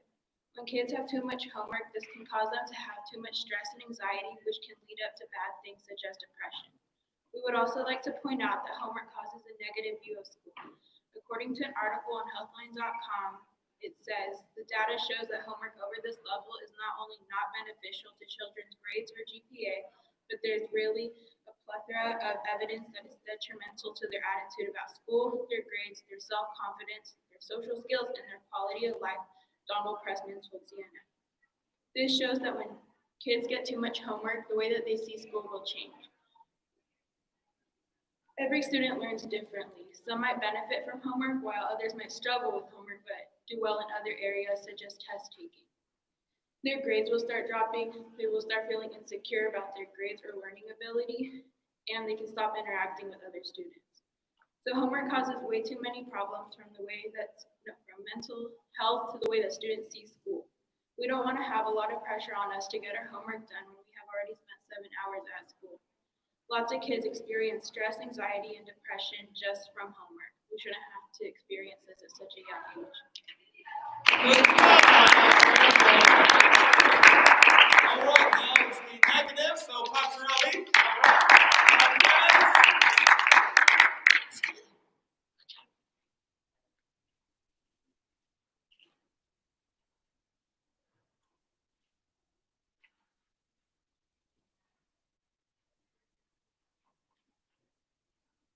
We have already shown how homework is improving student grades. Edward Balfour, a teacher from Beechwood Park School, says homework gently pushes kids out of their comfort zone. Too much homework can damage their grades, but with the right amount, it can improve them. We have also shown how parents and students benefit from homework. Parents are able to be a part of their child's education, while the student is able to have one-on-one time with someone if they didn't understand something in class. Study skills can also be taught through homework. Developing study skills and implementing a routine at a young age can help you prepare for when it matters more. We'd also like to point out that homework is helping to build students' independence and real-world skills. Dr. Donna W. Jorgensen says one of the good things about homework is that it helps build problem-solving and mastering a new skill. Problem-solving skills are essential to succeed in anything you do. By developing these skills at a young age, it helps so that it can build throughout your education. If you can't problem solve through homework, then think about how difficult it would be in a work setting. For example, your boss puts you in charge of training new employees. These new employees happen to only speak Spanish. Those problem-solving skills would really come into play in this scenario. Just like in homework, you have two options. You could either 1, break down and decide you can't do it, or 2, assess the situation and find a solution. These kind of things happen all the time in real life, and how you handle them can tell your employer what kind of worker you are. There's not always going to be someone there to tell you what to do and how to correct your mistakes. Homework allows students to take responsibility and accountability for what they do. In 35 studies conducted by Duke University, 77% of them found a positive link between homework and independence. When students do their homework on their own and turn it in on time, they realize they have the capability of doing it on their own. Knowing this boosts their self-confidence. So in conclusion, homework helps to raise student grades and helps with study skills. It also benefits parents and students. And lastly, it helps to build students' independence and real-world skills. Now consider this. Would you really want to fall behind in class or even get turned down for a big opportunity just because you didn't want to do 15 minutes of homework a night? Be my guest.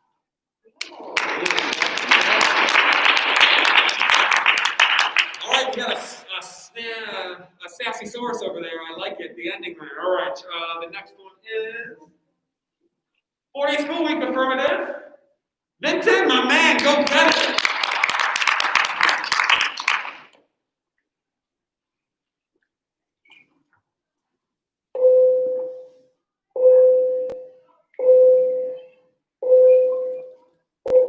We have already shown the problems of sleep deprivation, growth, emotional support, and grades.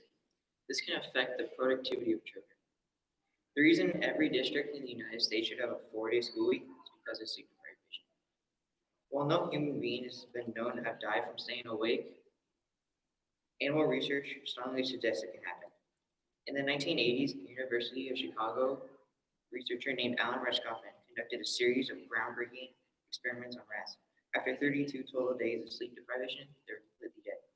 Even you could die or suffer from depression, anxiety, or there's way more to uncover. Good job.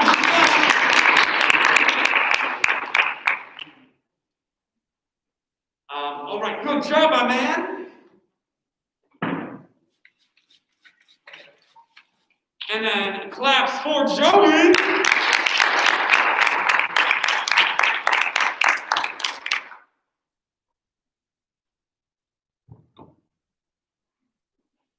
We've already stated that a 4-day school week can be costly and also very dangerous for students. It can also be academically difficult for students.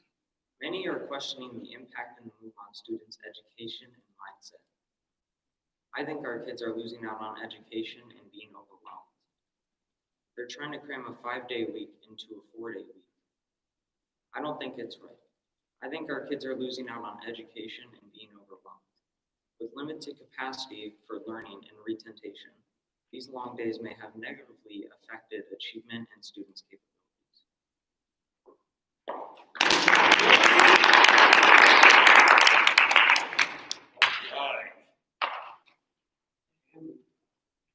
Hybrid learning. Who are our closers for that one? Are you affirmative? Perfect. Clap for Anya.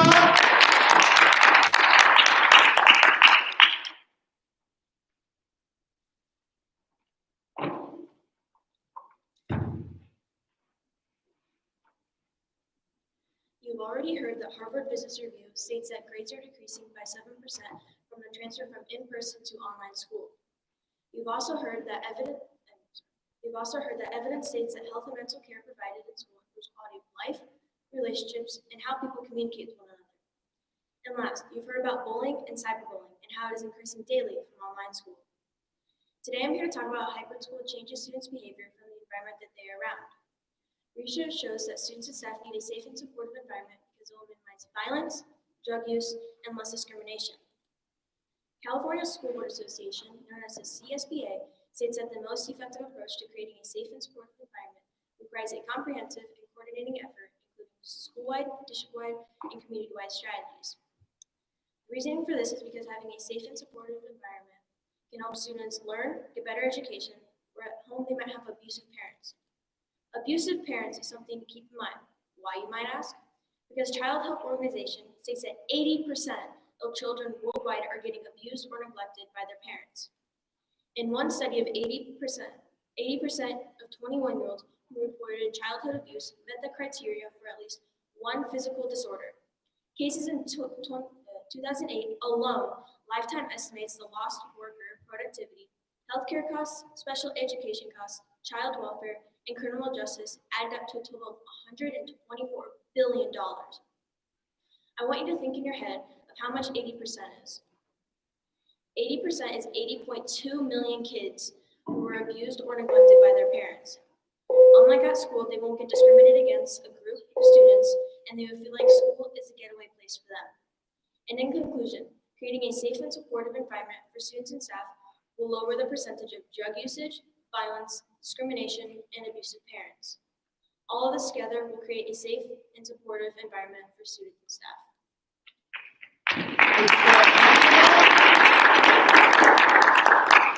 All right, who's been active?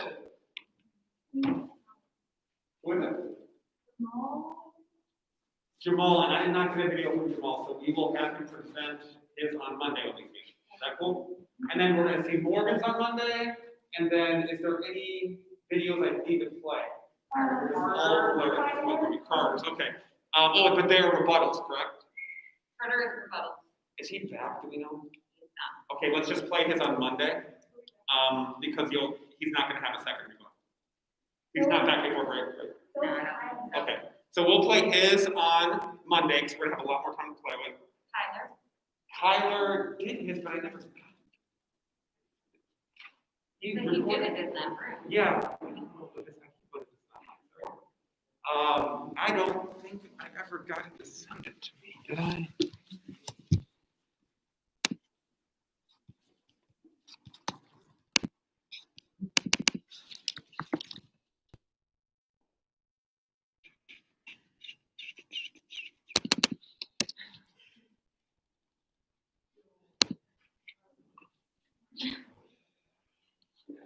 Is Kyler's gone too then? So we're just gonna play his also on Monday. I've got to try and find him, and if I don't think he ever gave him to me, actually. I know he recorded it. I don't think I walked him through sharing it with me, which is not smart. So I'll figure it out. Cool, so we've got everyone for today. So we're done a little early. I'm gonna start with feedback. So I'm gonna have people that spoke. Let's have you come up here, and so I can talk to you individually, okay? Live stream, we're out of here. We'll be back at 7th hour. Oh, go Ava, says Elijah, although I'm not sure which Ava, must have been 3rd hour Ava, and Finley says woohoo, go Alexis. And Kinnick says very good, so beautiful. In like 1st hour he was on.